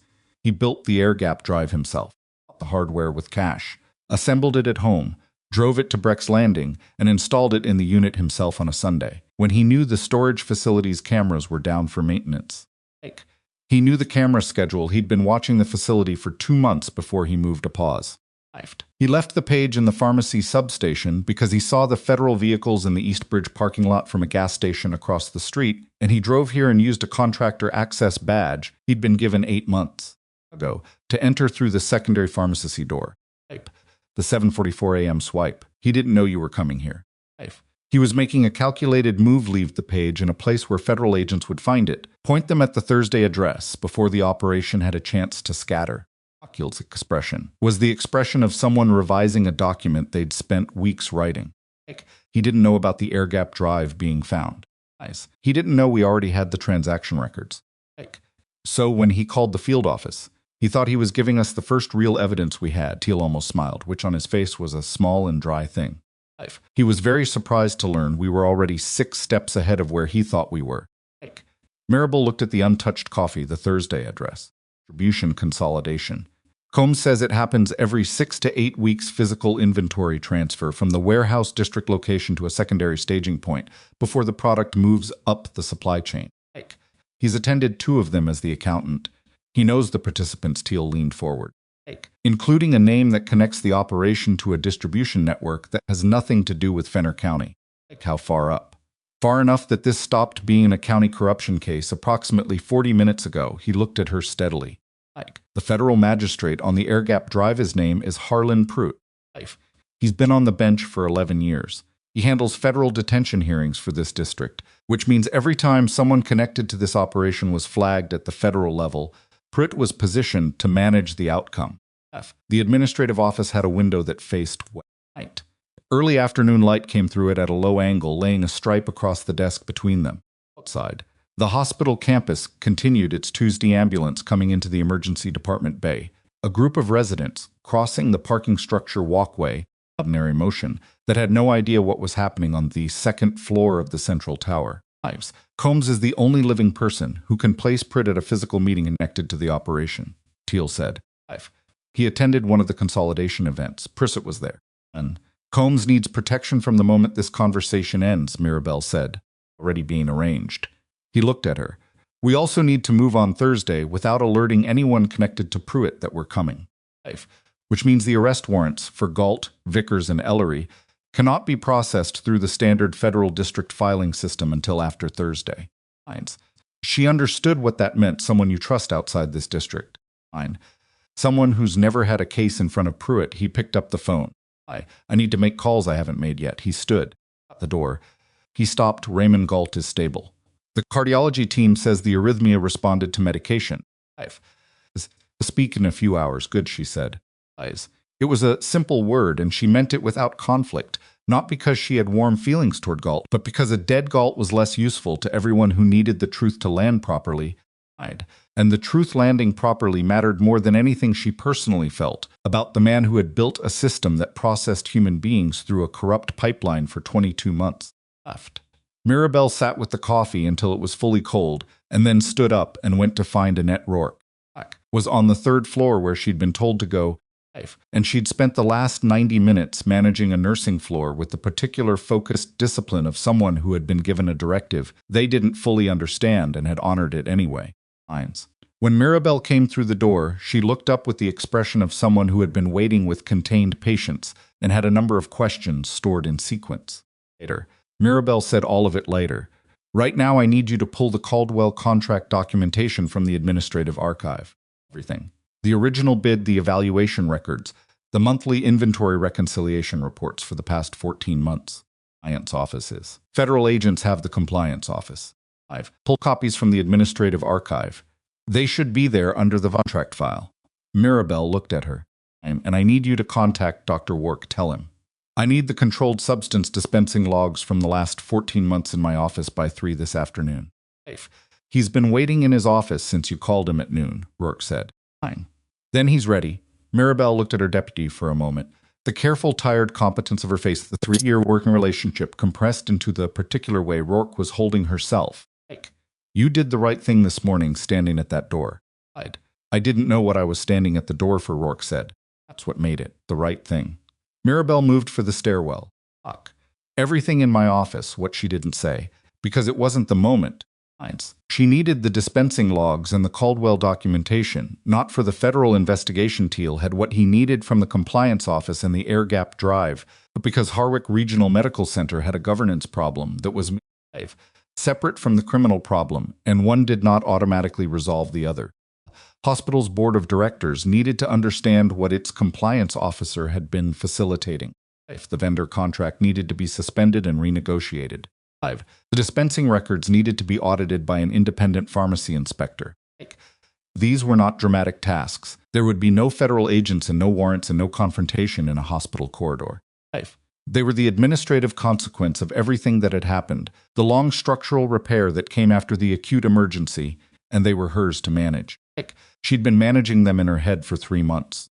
Where Ellery was picked up at his home in Millbrook County at 2:17 p.m. by 2 agents from the federal field office who had driven from Fenner County specifically for that purpose. He opened his door in a bathrobe which told them everything about how well his sick day was going.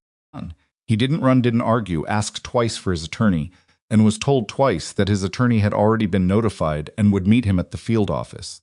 3.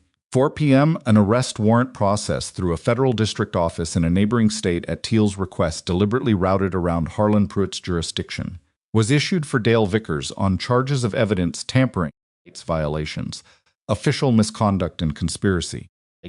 Vickers was still at the Coldwater Pass substation, sitting in the same conference room where Mirabel had briefed Teal that morning, waiting for his union attorney to finish a separate call. The agent who served the warrant did so without drama. Vickers looked at the document, looked at the agent, and said nothing. He'd been saying nothing since 11 a.m. and had apparently decided that consistency was the only available strategy. It wasn't a good strategy. It was just the one he had left. And Pruitt, the younger officer who'd stood on Coldwater Pass the night before watching Vickers plant evidence, and had gone home and not slept, and had come into work this morning, and had been sitting with the weight of what he'd witnessed for 16 hours, to Sergeant Dollard at 3:30 p.m. and gave a formal written statement. It took 40 minutes. He wrote it himself in longhand at Dollard's desk, and when he was done, he looked at it for a moment and then signed it. Dollard sent it to Teal's office by secure transmission at 4:12 p.m. Mirabel was in her own office at Harwick Regional when Teal texted her the news brief, factual, no editorializing. She read it, set the phone face down, and went back to the Caldwell contract documentation spread across her desk. The contract documentation was a story, and like most institutional stories, it was told in the gaps as much as in the text. The original bid evaluation for the pharmacy supply contract should have contained scoring rubrics for 4 vendor applicants. The file in the administrative archive contained scoring documentation for 3. The 4th Caldwell Med Supply appeared only in the final award notice, with no evaluation record attached, and a single-line award recommended by compliance officer per board authorization. She pulled the board meeting minutes for the relevant month, the relevant agenda item. Pharmacy supply selection compliance officer recommendation approved. No discussion notes. No dissenting votes. No record of any board member having reviewed the compliance officer's recommendation before approving it. Rubber stamp, on top of a missing process, on top of a corrupted recommendation. She made a note on the legal pad beside the documentation. Her handwriting was small and precise, a habit from years of medical charting where clarity in a small space had direct consequences. At 4:45 p.m., Dr. Sebastian Wark arrived with the dispensing logs. He came in without knocking, which was a Wark habit she'd never fully corrected, and set 3 bound folders on the corner of her desk, with the slightly vindicated energy of a man who had been right about something for 6 months. I've already run a preliminary cross-reference, he said. Do you want the numbers? Sit down and give me the short version. He was a tall, angular man in his early 50s with reading glasses perpetually pushed up on his forehead. They'd been there so long the frames had left faint marks on his skin. The short version is that over 14 months, the discrepancy between Caldwell's reported delivery quantities and our actual dispensing records represents approximately 340,000 in controlled substance inventory that arrived at Harwick Regional and was never dispensed to patients. She looked at him. 340,000. A conservative estimate. I rounded down in places where I wasn't certain. He pushed the glasses up further, a nervous gesture. It didn't vanish from the dispensing cabinets. It never reached the dispensing cabinets. The paperwork said it arrived. The inventory said it was received. The actual clinical dispensing records show no corresponding increase in controlled substance usage. He paused. Which means it was diverted before it ever got to the floor. At the delivery point, she said. The pharmacy substation secondary access, he said. Which is where I'd have looked if you'd let me look 6 months ago. She absorbed the mild reproach without deflecting it. You're right, I should have read you in earlier. He blinked. He'd been expecting a different response. I'll need your cross-reference in writing, formatted for the board audit, she said. And I need you available to brief the independent pharmacy inspector when they arrive. I'm requesting that inspection by end of week. That's fast. The board needs to act before any more contract payments go out. She looked at the folders. Caldwell's next payment is scheduled for the 15th. Nodded slowly. The vindication had settled into something more sober. He was a doctor who understood that being right about a problem and solving the problem were 2 different distances from each other. What happens to the patients? The people who were supposed to receive medications and 5. I've already asked pharmacy to run a clinical review of the affected dispensing periods. If there are gaps in patient care connected to the diversion, we'll identify them and address them. She held his gaze. That's the work that matters most. Everything else is structure. Left with his copies of the logs. She sat alone with the documentation for 20 minutes, making her list in the precise small handwriting, everything that in the order it needed to happen, with the realistic time frame attached to each item. Not optimistic time frames, realistic ones, because optimistic estimates in repair work created their own problems. Her phone rang. It was Teal. We have a problem with Thursday, he said. 5. The problem with Thursday was this Aldrich Combs, now in protective custody in a federal safe house in a city she wasn't told the name of, had spent the afternoon working with field agents to reconstruct the logistics of the consolidation events he'd attended. In that reconstruction, a detail had emerged that hadn't been part of his initial call. The Thursday consolidation wasn't just a product transfer. It was also a financial settlement, a quarterly payment distribution between the operational partners. Physical currency organized and divided at the warehouse district location before being moved. The distribution list that Combs had seen twice was not a long list, 7 names, each with a corresponding amount. One of the 7 names was Harlan Pruitt, and Pruitt, per the standard operational protocol, Combs described, attended the quarterly settlements in person. Not a representative, not a courier. Pruitt himself in a private vehicle arriving through the loading dock access on the building's south side. He's been physically present at the settlement events, Teal said. Which means, if we move on Thursday, there's a possibility of taking him in the act rather than on documentary evidence alone. Pebble understood the significance. Documentary evidence connected to a federal magistrate went through a review process that could take months. A magistrate apprehended at a criminal distribution event on camera in possession of or receiving proceeds. That was a different category of case entirely. That's the problem, she said. We don't control the building yet. The warehouse district property is registered to a Shell LLC 2 removes from the operation, and we need a federal search warrant to position surveillance inside before Thursday. He paused. The warrant needs to come from a federal magistrate. She understood immediately. You can't use Pret. Handles all federal warrant applications in this district. There are 2 other magistrates with overlapping jurisdiction who could technically issue, but both of them are currently on record in cases where Pruitt was the primary issuing magistrate. If we go around Pruitt to one of them and it moves through the normal coordination channels, it finds out, she said, in 48 hours or less. She stood up from her desk and went to the window. The campus was moving into evening lights coming on in the parking structure, the day shift traffic thinning out, the sky doing its November thing where dusk arrived like a door closing faster than expected. The warrant has to come from outside this district, she said. The arrest warrants did. The arrest warrants were easier. They were based on completed acts, documented evidence, air-gapped drive data. A surveillance. For a prospective operation at a location we're connecting to the network through a single witness's testimony, has a higher bar, he said it without complaint, just factually. Out of district. Magistrates get careful with cross-jurisdictional surveillance applications. They ask questions. Those questions take time. How much time? If we submit tomorrow morning, best case Thursday is tight. Best case. We miss Thursday and the consolidation happens without us. She looked at the campus lights. What does Combs say about the next consolidation after Thursday? 6 to 8 weeks. 6 to 8 weeks was a long time to hold a case this size in cardiac care. Vickers in custody, Ellery cooperating, the air-gap drive evidence live in the system. Longer. Sat without moving, the more likely it was that something leaked, something shifted, and the operational partners, who weren't yet in custody, had time to restructure. There's another option, Teal said. He said it slowly. The way he said things he'd already decided he was going to say but wanted the space to say correctly. Knows the building. He's been inside twice.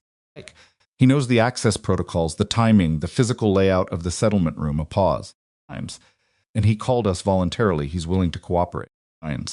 She waited. If Combs attends Thursday's consolidation as planned, wearing a wire with our surveillance team positioned in the legal public areas of the warehouse district, the street, the adjacent loading zone, parking areas. We capture the event without needing interior placement.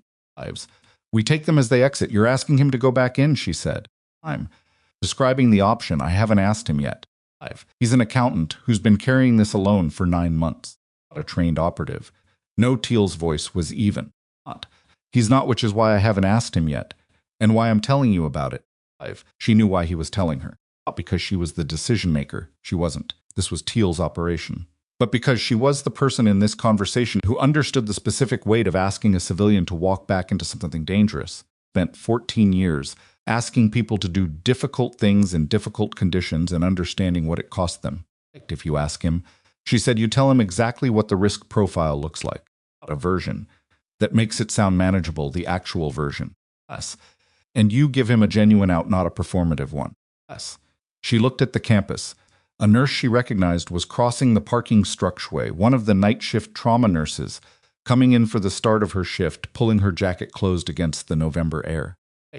There's something else, Teal said. She'd been expecting this. The conversation had been building toward something, and this was the angle of a man arriving at the actual point. The out-of-district warrant application, he said. To make it strong enough to clear the jurisdictional bar on an expedited basis, I need an affidavit from the embedded source who initiated the Vickers operation. Identity, full account of the 7-month documentation process, the specific connection between the Caldwell contract discrepancies and the Eastbridge intake records and the Coldwater Pass traffic stop pattern. He paused. I need it in your name on the record, not a consulting asset designation. The hospital was quieter now. Evening shift had the particular acoustic quality of a large building, settling into its overnight configuration feet on hard floors, more spaces empty, the ventilation system more audible in the relative quiet. She was a trauma nursing director who had spent 3 years building a department and 7 months building a cases, and the last 18 hours navigating a situation that had moved from a rain-soaked shoulder on Coldwater Pass through a federal station, and a hospital pharmacy basement and a cardiac emergency, and an accountant's confession to this. Requests to put her full name on a federal affidavit that would be filed in a jurisdiction she didn't work in and would be read by people she hadn't met, after which nothing would be quiet again for a while. I'll have it to you by 9 tomorrow morning, she said. Thank you. Don't thank me yet, she said. Until Thursday. She hung up and stood at the window for a moment longer. Then she went back to her desk, moved the Caldwell documentation to one side, opened her laptop, and began to write. She wrote for 4 hours. The affidavit was 23 pages when she finished, and it was not places where the language was blunt and technical, and without grace, muffins, and she left them that way because blunt and technical were what the document needed to be. It was a record, not a narrative. It was the 7-month account of what she had seen and done, and why written in the first person with dates and reference numbers and no dramatization. She filed at Teal's secured address at 9:04 a.m. the following morning. The warrant application went to an out-of-district magistrate in an adjacent federal circuit at 11 a.m. The magistrate's clerk with questions at 2:30 p.m. answered them at 6:17 p.m. on Wednesday list, then 17 hours before the Thursday consolidation. The warrant was granted. Mirabel was in a department meeting when Teal texted her. She looked at the phone under the table and read warrant issued. We're set for tomorrow? Then she put the phone away and returned her attention to the meeting, which was about staffing ratios for the upcoming December holiday period and required her to be fully present. Because staffing ratios in a trauma department mattered in ways that federal warrants, whatever their importance, did not override. Across town that evening, Aldrich Combs sat in a safe house living room with 2 federal agents and a cup of tea he'd been given, because it was the kind of thing someone had thought to provide and had turned out to be exactly right. And he listened to Teal's voice on the phone, laying out the actual risk profile of walking into the Thursday consolidation with a wire. I did it the way Mirabel had asked, the actual version, not the manageable version. Fox listened. He asked 3 questions, each precise, each practical. What happens if they search me before the meeting? What's the extraction protocol if the situation changes inside, and how fast can the exterior team move? Teal answered all 3 directly. There was a silence on the line. Then Combs said, I've been sitting with this for 9 months. I want to be the one who closes it. He arrived at the warehouse district address on Thursday at 1 p.m. in his own car, wearing his own clothes, carrying the wire in a configuration that had been checked 3 times by a technical agent that morning. He parked where he always parked south lot at Row and walked to the loading dock access the way he'd walked it twice before. The consolidation room smelled the same as it had both previous times, industrial cleaner and old wood and the faint mineral smell of a space that was heated unevenly. 6 of the 7 names on the distribution list were already present. Arrived 11 minutes after Combs. Harlan Pruitt was 64 years old, with the judges bearing specific upright quality of someone accustomed to being the most authoritative presence in a room. He arrived in a dark coat and spoke briefly to two of the other participants before sitting. He sat 4 feet from Aldrich Combs. Combs looked at the table in front of him. His hands were steady, because he wasn't afraid, but because he'd decided that morning that the fear was background information, and he was going to treat it that way. Outside on the street, adjacent to the south lot, 2 vehicles were parked. In the loading zone on the building's east side, a third. The surveillance team lead was a woman named Agent Rivas, who had been in position since 11 a.m. and who had been receiving audio from Combs' wire since 1:52 p.m. At 2:24 p.m., the financial distribution began. Currency divided, confirmed, signed for with initials on a handwritten ledger. Initialed, the ledger. Rivas heard it on the audio feed. She looked at the agent beside her and said, "Give them 5 minutes to conclude." At 2:31 p.m., Combs excused himself to use the bathroom, the prearranged signal. He walked out of the consolidation room into the adjacent corridor. He kept walking at a normal pace. He reached the south side exit door and pushed through it into the afternoon air. He was 7 steps into the parking lot when Rivas' team moved. They came from 3 directions, the parked vehicles, the loading zones on the east corner of the building, fast and coordinated. And the participants inside the consolidation room had approximately 45 seconds between Combs' exit and the entry of federal agents through the loading dock access and the front entrance simultaneously. 45 seconds was not enough time. Harlan Pruitt was standing when the agents came in. He had the ledger in his hand, which had been the wrong thing to still be holding. He looked at the agents, and he looked at the ledger, and he looked at the door. And all 3 of those things were documented by the 2 body cameras and the fixed surveillance unit that Teal's team had legally positioned on the exterior of the building overnight. Harlan Pruitt. The lead agent said federal arrest warrant. Accurate. Set the ledger on the table very carefully. The careful placement of a man who understood that every physical action he took from this moment forward was being recorded. He said nothing. Outside in the south lot, Aldrich Combs was sitting in the back of a federal vehicle with his hands in his lap, and the expression of a man who had just finished carrying something he'd carried alone for 9 months. And it wasn't relief exactly. It was the particular exhaustion that comes after the thing is done, when the body finally gets the message that it can stop bracing. He looked through the vehicle window at the warehouse district building and at the federal agents moving in and out of it, and at the thin November sunlight that made everything look slightly unreal. He'd been an accountant from Harwick who got pulled into something. And then he'd been an accountant from Harwick who made a different choice. The difference between those 2 things was currently sitting on a table inside that building in the form of a handwritten ledger with 7 sets of initials. And one of those sets belonged to a federal magistrate who had been on the bench for 11 years and had spent 14 months managing the legal exposure of a pharmaceutical diversion network that had processed human beings through a corrupted pipeline. The fire was still active. When Combs heard through his earpiece Teal's voice from the command position 2 blocks away. For 7. Teal said all participants in custody. Combs closed his eyes. Athens in the warehouse district. In a building that smelled like industrial cleaner and old wood. People sat with their futures rearranging themselves into shapes they hadn't anticipated. And the ledger on the table waited with the patient, indifferent reliability of physical evidence, for the moment when it would be logged and photographed and sealed and carried into a chain of custody that nobody in this room was going to be able to interrupt. Evas stepped out of the building and looked at the vehicle where Combs was sitting. She walked over and knocked on the window. He opened it. "You did well," she said. He didn't know what to do with that. Nodded once, which was all he had. She handed him a bottle of water from her jacket pocket, the kind of small practical kindness that people in operational work learned to carry because there was almost never a right moment for it, and you had to do it anyway. He took it across the city in a hospital office, where a woman had been doing the long administrative repair work for Tude's. Mirabel Okafor's phone buzzed on her desk. She looked at the screen. "Till's number," she answered. He said. She set her pen down on the legal pad. Outside her office window, the hospital campus was moving through its Thursday afternoon ordinary and continuous, as the way it always was, the way she'd kept it, while everything underneath it was being reconstructed. "What happens now?" she said. "Now the district court gets very busy," Teal said. "Jury convenes Monday. Pruitt is being transferred out of district tonight, federal detention facility in a separate circuit. So there's no jurisdictional contamination with the cases he handled." A pause. "And Combs is safe. Good. Vickers is asking to cooperate."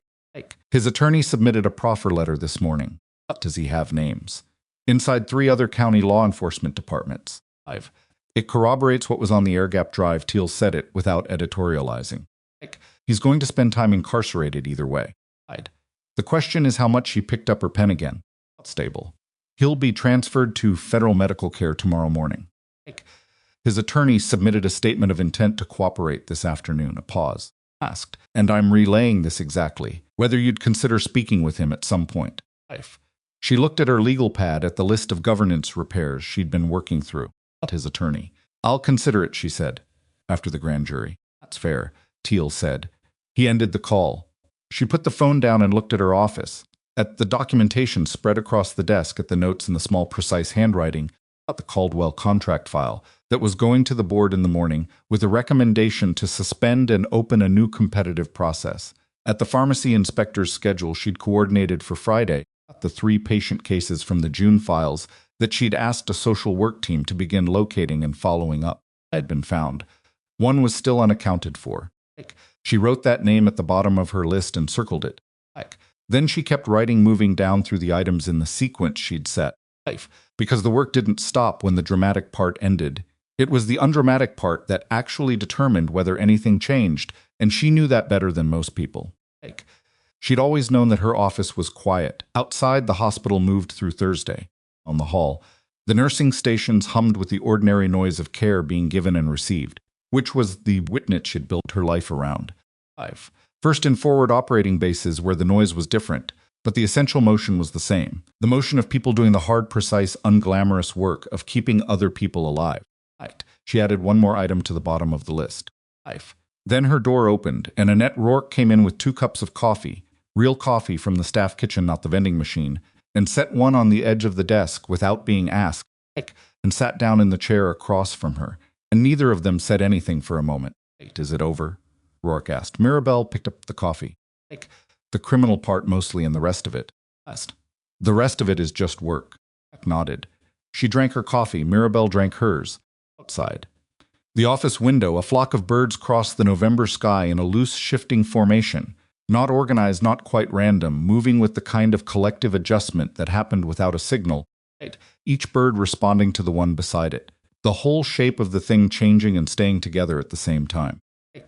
Mirabel watched them until they were gone. Then she looked back at the list, picked up her pen, and put a small clean checkmark next to the item she'd just completed and moved to the next one. 5. There was a 3rd patient still unaccounted for, and she was not going to stop until she had a name and an address, and a human being on the other end of a phone call who knew that someone had noticed what happened to them. That was the work that mattered. All the rest, the warrants, the arrests, the federal proceedings that would unwind through the courts for the next 2 years was infrastructure. 5. The work that mattered was the person at the bottom of the list. She wrote the name again, larger this time, so she wouldn't look past it. 5. His name was Terrence Adlow, and he was 29 years old, and he was not easy to find. The social work team spent 4 days on it, running the intake record details through county housing databases, cross-referencing the Eastbridge processing date with emergency shelter logs. 5. Checking with 3 different community health organizations that served the Fenner County corridor. 5. The first 2 addresses they found were outdated. The 3rd was a rooming house in a town called Marsh Hill, 12 miles east of Harwick. And when the social worker knocked on the door on a Monday afternoon, nobody answered. 5. Mira went herself on Tuesday morning. She didn't tell Teal. She didn't tell Rourke. She drove to Marsh Hill before her first administrative meeting, found the rooming house on a narrow street behind a laundromat, and knocked on the door of Unit 4. 5. It took a long time. She heard inside a specific hesitation, the kind that said someone was deciding whether to open the door or wait for whoever was outside to leave. The door opened 4 inches on a chain. A man looked at her through the gap with the expression of someone who had learned that unexpected visitors did not, as a rule, bring good things. Low, she said. Not a question. Who's asking? My name is Dr. Mirabel Okafor. I'm the nursing director at Harwick Regional Medical Center. I've been looking for you for a week. She kept her voice level and her hands visible. I'm not law enforcement. I'm not here about any charge or any case. I'm here because something was done to you, and I need you to know that we found it. Silence behind the door. The chain didn't move. Eastbridge Medical, she said. 18 months ago. You were brought in after a traffic stop on Coldwater Pass. The intake record shows you were processed and released with a charge that was later dropped. It wasn't dropped, he said. She absorbed that.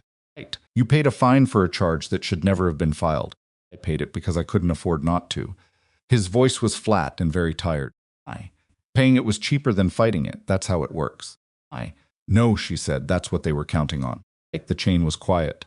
The people responsible for what happened to you that night have been arrested, she said. Federal charges. Multiple defendants. The operation that ran through Eastbridge has been shut down. She paused. You're not the only person this happened to, but you're the one I hadn't reached yet. Their long silence.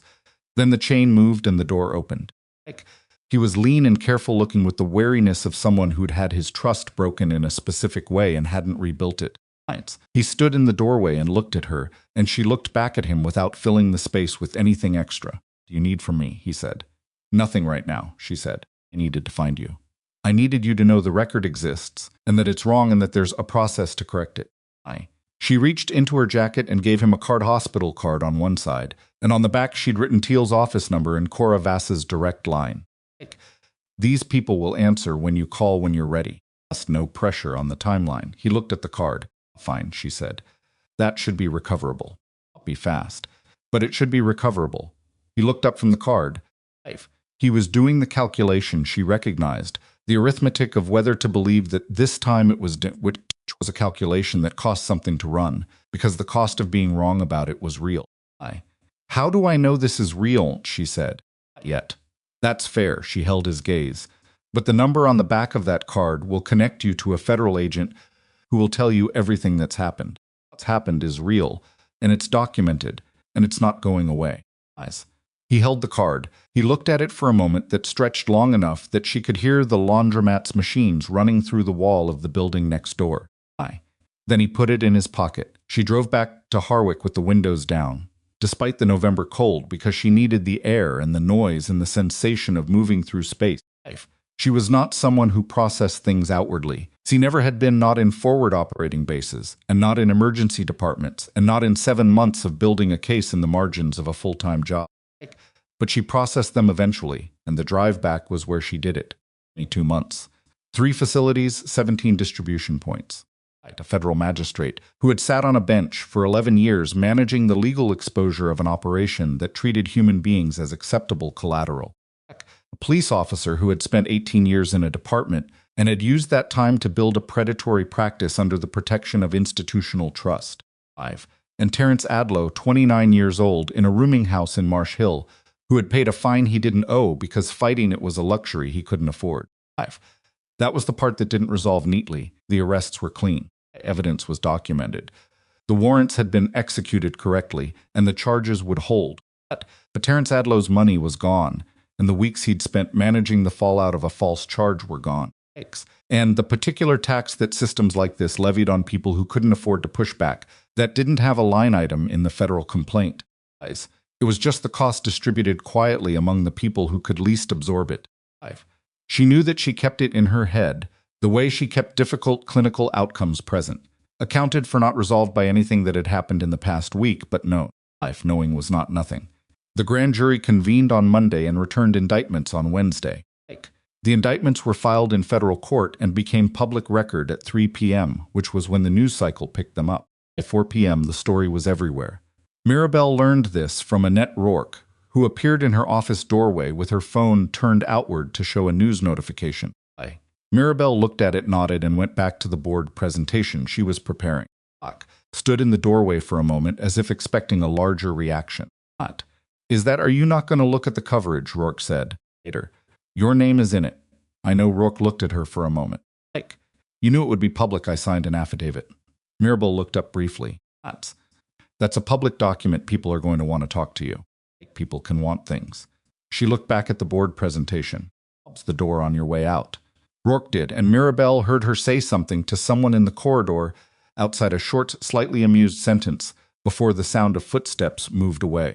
The board presentation was a 40-slide deck that she was trimming to 30 because 40 slides was too many, and the board needed clear information, not comprehensive information.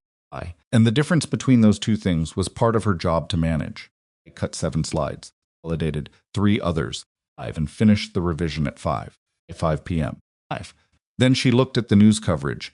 It was thorough and mostly accurate, which was better than she'd expected. A headline on the primary outlet read, Federal Grand Jury Indicts 7 in Multi-County Pharmaceutical Diversion Scheme. Former magistrate among defendants. Heading. The subbing mentioned Harwick Regional Medical Center. 3 paragraphs in her name appeared in connection with the 7-month documentation effort and the embedded source affidavit. Pruitt's arrest was the detail that had driven the coverage volume. A sitting federal magistrate was a significant story, and the specifics of his involvement, the settlement events, the initial ledger, the 22 months of case management on behalf of the network, those details had a weight that moved through the news cycle with real force. That evening, the story had been picked up by national outlets. She read the coverage, once put her phone away and drove home. The hospital board meeting was Friday morning. She presented for 31 minutes. She laid out the Caldwell contract irregularities, works dispensing log analysis, the pharmacy substation diversion mechanism, the compliance officer's role, and the governance failures that had allowed the contract to be awarded and maintained without adequate oversight. She was clear about what she had known and when and what she had done with that knowledge, and why she had not brought it to the board earlier. That part. She delivered without softening. She had made a judgment call that the investigation required operational confidentiality, and that judgment call had been correct in terms of the case outcome. But it had also meant the board was operating without information it should have had, and that was a structural failure she was accountable for. The board chair, a woman named Vera Stoltz, who had been in hospital governance for 30 years and was not easily surprised, listened to all of it without interrupting. When Mirabel finished, Stoltz looked at the slide deck and then looked at her. What do you recommend? Stoltz said. Immediate suspension of the Caldwell contract. Competitive rebid within 30 days, independent pharmacy audit beginning next week. The inspector is already scheduled. Independent governance review of the compliance officer appointment and reporting structure. And a direct outreach protocol to the clinical staff who may have had patient care affected by the diversion. She looked at the board. That order. And you, Stoltz said, what do you recommend for yourself? The question landed in a specific way. Mirabel had been expecting it and had thought about how to answer it with appropriate honesty. I recommend the board conduct its own assessment of my conduct during the 7-month period, she said. Cooperate fully with that assessment. I believe my actions were correct and I'm prepared to defend them, but that the assessment should happen and the board should make its own determination. She paused. I'm also prepared to continue in my current role if the board determines that's appropriate. I'm good at this job. I would like to continue doing it. Potts looked at her for a long moment, then motioned to table any personnel discussion pending the independent governance review. It wasn't vindication, not yet. It was process, which was slower and less satisfying than vindication, but more durable. She drove back to the department and went back to work. The governance review took 3 weeks. During those 3 weeks, the federal proceedings began their long unwind through the court system. Vickers accepted a plea agreement. The terms were not lenient. He would serve time, lose his pension, and surrender his law enforcement certification permanently. Operation. He'd offered names inside 3 other county departments, was factored into the agreement, which reduced the sentence, but did not eliminate it. His attorney argued in the sentencing memo that 18 years of service should be weighed against the misconduct. The federal prosecutor's response was brief. 18 years of service was exactly why the sentence needed to be meaningful. Ellery cooperated fully and provided testimony that was significant enough to move the Pruitt case forward substantially. Operation produced a reduced charge and a period of supervised release rather than incarceration. People had opinions about that. The opinions were not wrong, and the legal outcome was also not wrong. And those two things existed in the way that outcomes in real cases always did, imperfectly, with friction, without the clean resolution that made things feel finished. Galt was transferred to federal medical care and then to federal custody as his cardiac condition stabilized. His negotiated a cooperation agreement. He was 61 years old, had a damaged heart, and had spent 22 months running an operation that diverted pharmaceutical inventory worth several $1 million and had destroyed or damaged the lives of dozens of people who had been processed through the Eastbridge pipeline. The cooperation agreement reduced his sentence. It did not eliminate it. He would likely not leave federal custody before his 70th birthday. Britt did not cooperate. He retained counsel and entered a not guilty plea on all counts. His trial was set for 8 months out. The evidence against him was the handwritten ledger, the body camera footage from the Thursday consolidation, the air gap drive transaction records, Aldrich Combs' testimony, and 4 other witnesses who had attended consolidation events. His attorney filed 3 pretrial motions in the first 2 weeks. All 3 were denied. The Coldwater Pass substation underwent an internal affairs review that concluded before the end of the year. 2 additional officers were found to have had knowledge of Vickers' activities and had failed to report. Both resigned before the formal findings were issued, which reduced the department's options for disciplinary action, but not the public record of what had happened. Sergeant Pete Dollard was cleared. His conduct in the 11 hours between Mirabel's arrest and the federal agent's arrival was documented as appropriate, and the clearance was noted in his file. John Pruitt was cleared. His written statement was entered into the federal record and cited in the cooperation documentation as an early and significant contribution to the investigation. He remained in the department. He was 23 years old, and he would spend the rest of his life kind of officer to be, which is something every officer decides for themselves regardless of what the training says. And the deciding happens in specific moments, on specific nights, on specific roads. And he had already had his specific moment and had written his name at the bottom of a statement that told the truth. That was something. It was not everything. It was something. Aldrich Combs received formal witness cooperation status and a federal protection arrangement that lasted 6 months. After the 6 months, the assessment was that the risk had reduced sufficiently for him to resume a normal life, which he did, in a different city with a different accounting firm, and with the specific knowledge of a man who had looked at something wrong and had spent 9 months figuring out how to be useful against it. He sent Mirabel a letter, an email, a letter, handwritten, on plain paper, 3 paragraphs. She read it twice. The last paragraph said, "I don't think of myself as brave. I think of myself as someone who ran out of reasons not to do the right thing. I don't know if that counts. But I wanted you to know that watching you work gave me a language for something I didn't have words for before." She put the letter in the top drawer of her desk and left it there. The governance review concluded on a Thursday 6 weeks after the board meeting. Mirabel was called into Vera Stoltz's office at 2 in the afternoon, which was the middle of a shift, and required her to rearrange 3 meetings, and she rearranged them without complaint and arrived at Stoltz's office at 1:58 p.m. The review findings were 22 pages. Stoltz walked her through the summary, which took 9 minutes. The findings were measured in specific appropriate conduct in initiating and managing the documentation effort, appropriate conduct in cooperating with federal authorities, and a noted deficiency in failing to inform hospital leadership of the ongoing situation during the 7-month period. A finding that the deficiency was understandable given the operational constraints, but that a clearer protocol for similar future situations needed to be established. The board's position, Stoltz said, is that your conduct reflected the judgment of someone who prioritized the correct outcome over administrative comfort, and that while the process could have been better, the result justified the approach. She looked at Mirabel over the top of her glasses. The board also notes that this hospital's compliance function failed comprehensively, and that failure predated your arrival in this role. The remediation plan you've proposed is thorough. We'd like you to implement it. I will, Mirabel said. Good. Stoltz closed the folder. Is there anything you need to do that job? Mirabel thought about it. I need the board to be reachable, not just for crises, but things that are moving toward crises. She held Stoltz's gaze. I didn't come to you with this because I judged that the situation required containment. But that judgment was mine alone. I've thought about whether that was the right structure. It wasn't. You should have known sooner. Stoltz looked at her for a moment. Most people in your position would not say that. Most people in my position don't have to, she said. The review said it for me. I'm just agreeing with it. The corner of Stoltz's mouth moved. Quarterly briefings. You come to me directly as moving. I want to know about it before it becomes something federal agents need to park in my lot. Agreed, Mirabel said.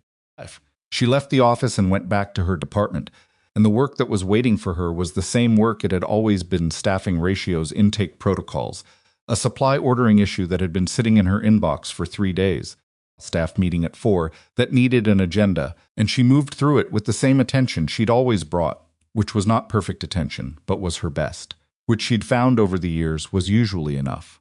Adlow called Cora Vass 6 weeks after Mirabel visited him in Marsh Hill. He gave a witness statement. The false charge on his record was formally vacated. The fine he'd paid was reimbursed through a restitution fund established as part of the federal sentencing structure. It took 4 months to process, and the amount was not large, but it was returned. 5. He called Mirabel when the check arrived. She answered her. It came. He said, "Good," she said, a pause. "I thought you should know." "I'm glad you called," she said, and meant it. He said something else, something she wouldn't repeat to anyone because it was his, and she was only the recipient of it. And then he said goodbye and hung up, and she sat at her desk for a moment with the phone in her hand and thought about the word enough, which was a word she'd turned over many times in the years since she'd come back from her second deployment and taken off her uniform and walked into a civilian hospital for the first time and understood that the work was the same work in different rooms. Was a complicated word. It was not a word that meant finished or resolved or perfectly corrected. Life was a word that meant the needle had moved in the right direction by a measurable amount, and that the people doing the moving had not stopped, and that the people who had been harmed had been seen. She put the phone down and opened the next item in the inbox. Spring came to Harwick slowly, the way it always did in that part of the country, cold through March, tentative in April, finally convincing in May when the trees along the hospital campus made their decision and the parking structure walkway was framed in green. A Caldwell contract had been rebid and awarded to a new vendor with transparent pricing and a proper evaluation record. The independent pharmacy audit was complete, and its recommendations were being implemented by a new compliance officer, selected through a process that Mirabel had designed to require board-level sign-off at each stage. The remediation work was not dramatic. It was meetings and documents and protocols and follow-up and the steady, unglamorous discipline of making a system function the way it was supposed to function. It was the work that came after the event, the part that didn't make it into news coverage, because it had no moments, just motion. She did it with the same attention she gave everything, which is to say imperfectly, with occasional frustration and occasional wrong turns, and the willingness to revise when the evidence said to revise. Morning. In May, she arrived at the hospital early before the day shift was fully settled, while the campus was still in the quiet overlap between overnight and day, and walked from the parking structure to the main entrance the long way on the east wing, because the morning was clear and she'd been inside too many consecutive days and needed the open air. She passed the courtyard where the food truck had been parked on the Tuesday. Everything accelerated. The courtyard was empty this early. The benches were wet from overnight dew, and the trees were doing their May thing, and the morning light came in sideways across the grass at an angle that made everything look temporary and precise at the same time. She stopped for a moment. Not long she had a 7 a.m. meeting, and the documents for it were on her desk, but long enough to stand in the courtyard in the early light and feel the specific weight of what the past 6 months had been, not as a summary or a lesson, but just as a shape. The shape of a thing that had been built and then dismantled and then rebuilt differently, and the way that kind of work lived in a person's hands afterward. She'd spent 14 years as a combat medic learning that the body keeps working under conditions the mind can't fully absorb. She'd spent 3 years as a nursing director learning that institutions work the same way, that systems keep running along established paths long after the people running them should have noticed the paths were wrong. She'd learned in the past 6 months was something she'd known theoretically, and now knew in a different register. The people best positioned to interrupt those paths were usually the ones the system had decided didn't need to be listened to. Not because they had more courage than anyone else. Courage was distributed more evenly than people thought, but because they had less to lose from the interruption. Not less to lose in the material sense. Less to lose in the sense of not having built their identity around the system's approval. She hadn't needed Vickers to believe she was worth stopping. She hadn't needed the Harwick administration to validate her concern about Caldwell. She hadn't needed the federal agents to confirm that what she'd built for 7 months was real. She'd known what she'd seen. She'd documented it carefully. She'd waited for the right conditions and moved when they arrived. That was the work, not the dramatic version of it. The confrontations, the cameras, the arrests, those were consequences. The work was the 7 months before any of it became visible in the margins of a full-time job in a language of discrepancies and timestamps and intake records that nobody else was reading carefully enough to hear. The work was always before, the recognition was always after. The thing in between, the part where you were doing it without knowing if it would matter. That was the part nobody told you about, and it was the longest part, and it was the part you had to find a way to sustain without external confirmation. She'd sustained it, not perfectly, not without cost, but she'd sustained it. She walked inside, took the stairs to her floor, and sat down at her desk with 7 minutes before the meeting and used 5 of them to review the documents and 2 of them to drink the coffee that had been sitting there, since she came in early, which was cold by now, but still coffee, which was sufficient. Seconds the meeting started. She ran it, things were decided, documented, assigned. The day moved the way days move sequentially without drama, one item at a time. Outside, Harwick Regional went about its work, patients arriving, care being given, lives being held in the particular way that hospitals hold lives, at the point where the body and the institution and the human capacity for attention all meet and are asked to be sufficient to the moment. Most of the time the work was making sure that was true, more often than it wasn't. That was what the title meant. That was what all of it had been for. Not the affidavit, not the cameras in the car, not the 7 months of documentation.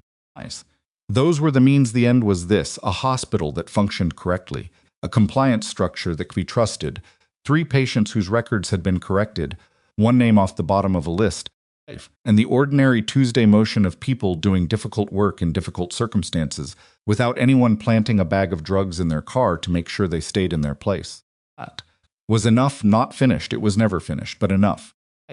She opened the next document and kept working, because that was what she did, and because the work was the point, and because the only power that had ever actually mattered was the power to stay in the room and keep going when every version of the system around you had decided you shouldn't be there. She stayed, she kept going. That was the story, not the dramatic version, not the cameras and the federal agents and the arrested magistrate. The real version. A woman who saw something wrong and built the language to describe it and waited for the right moment and did not stop.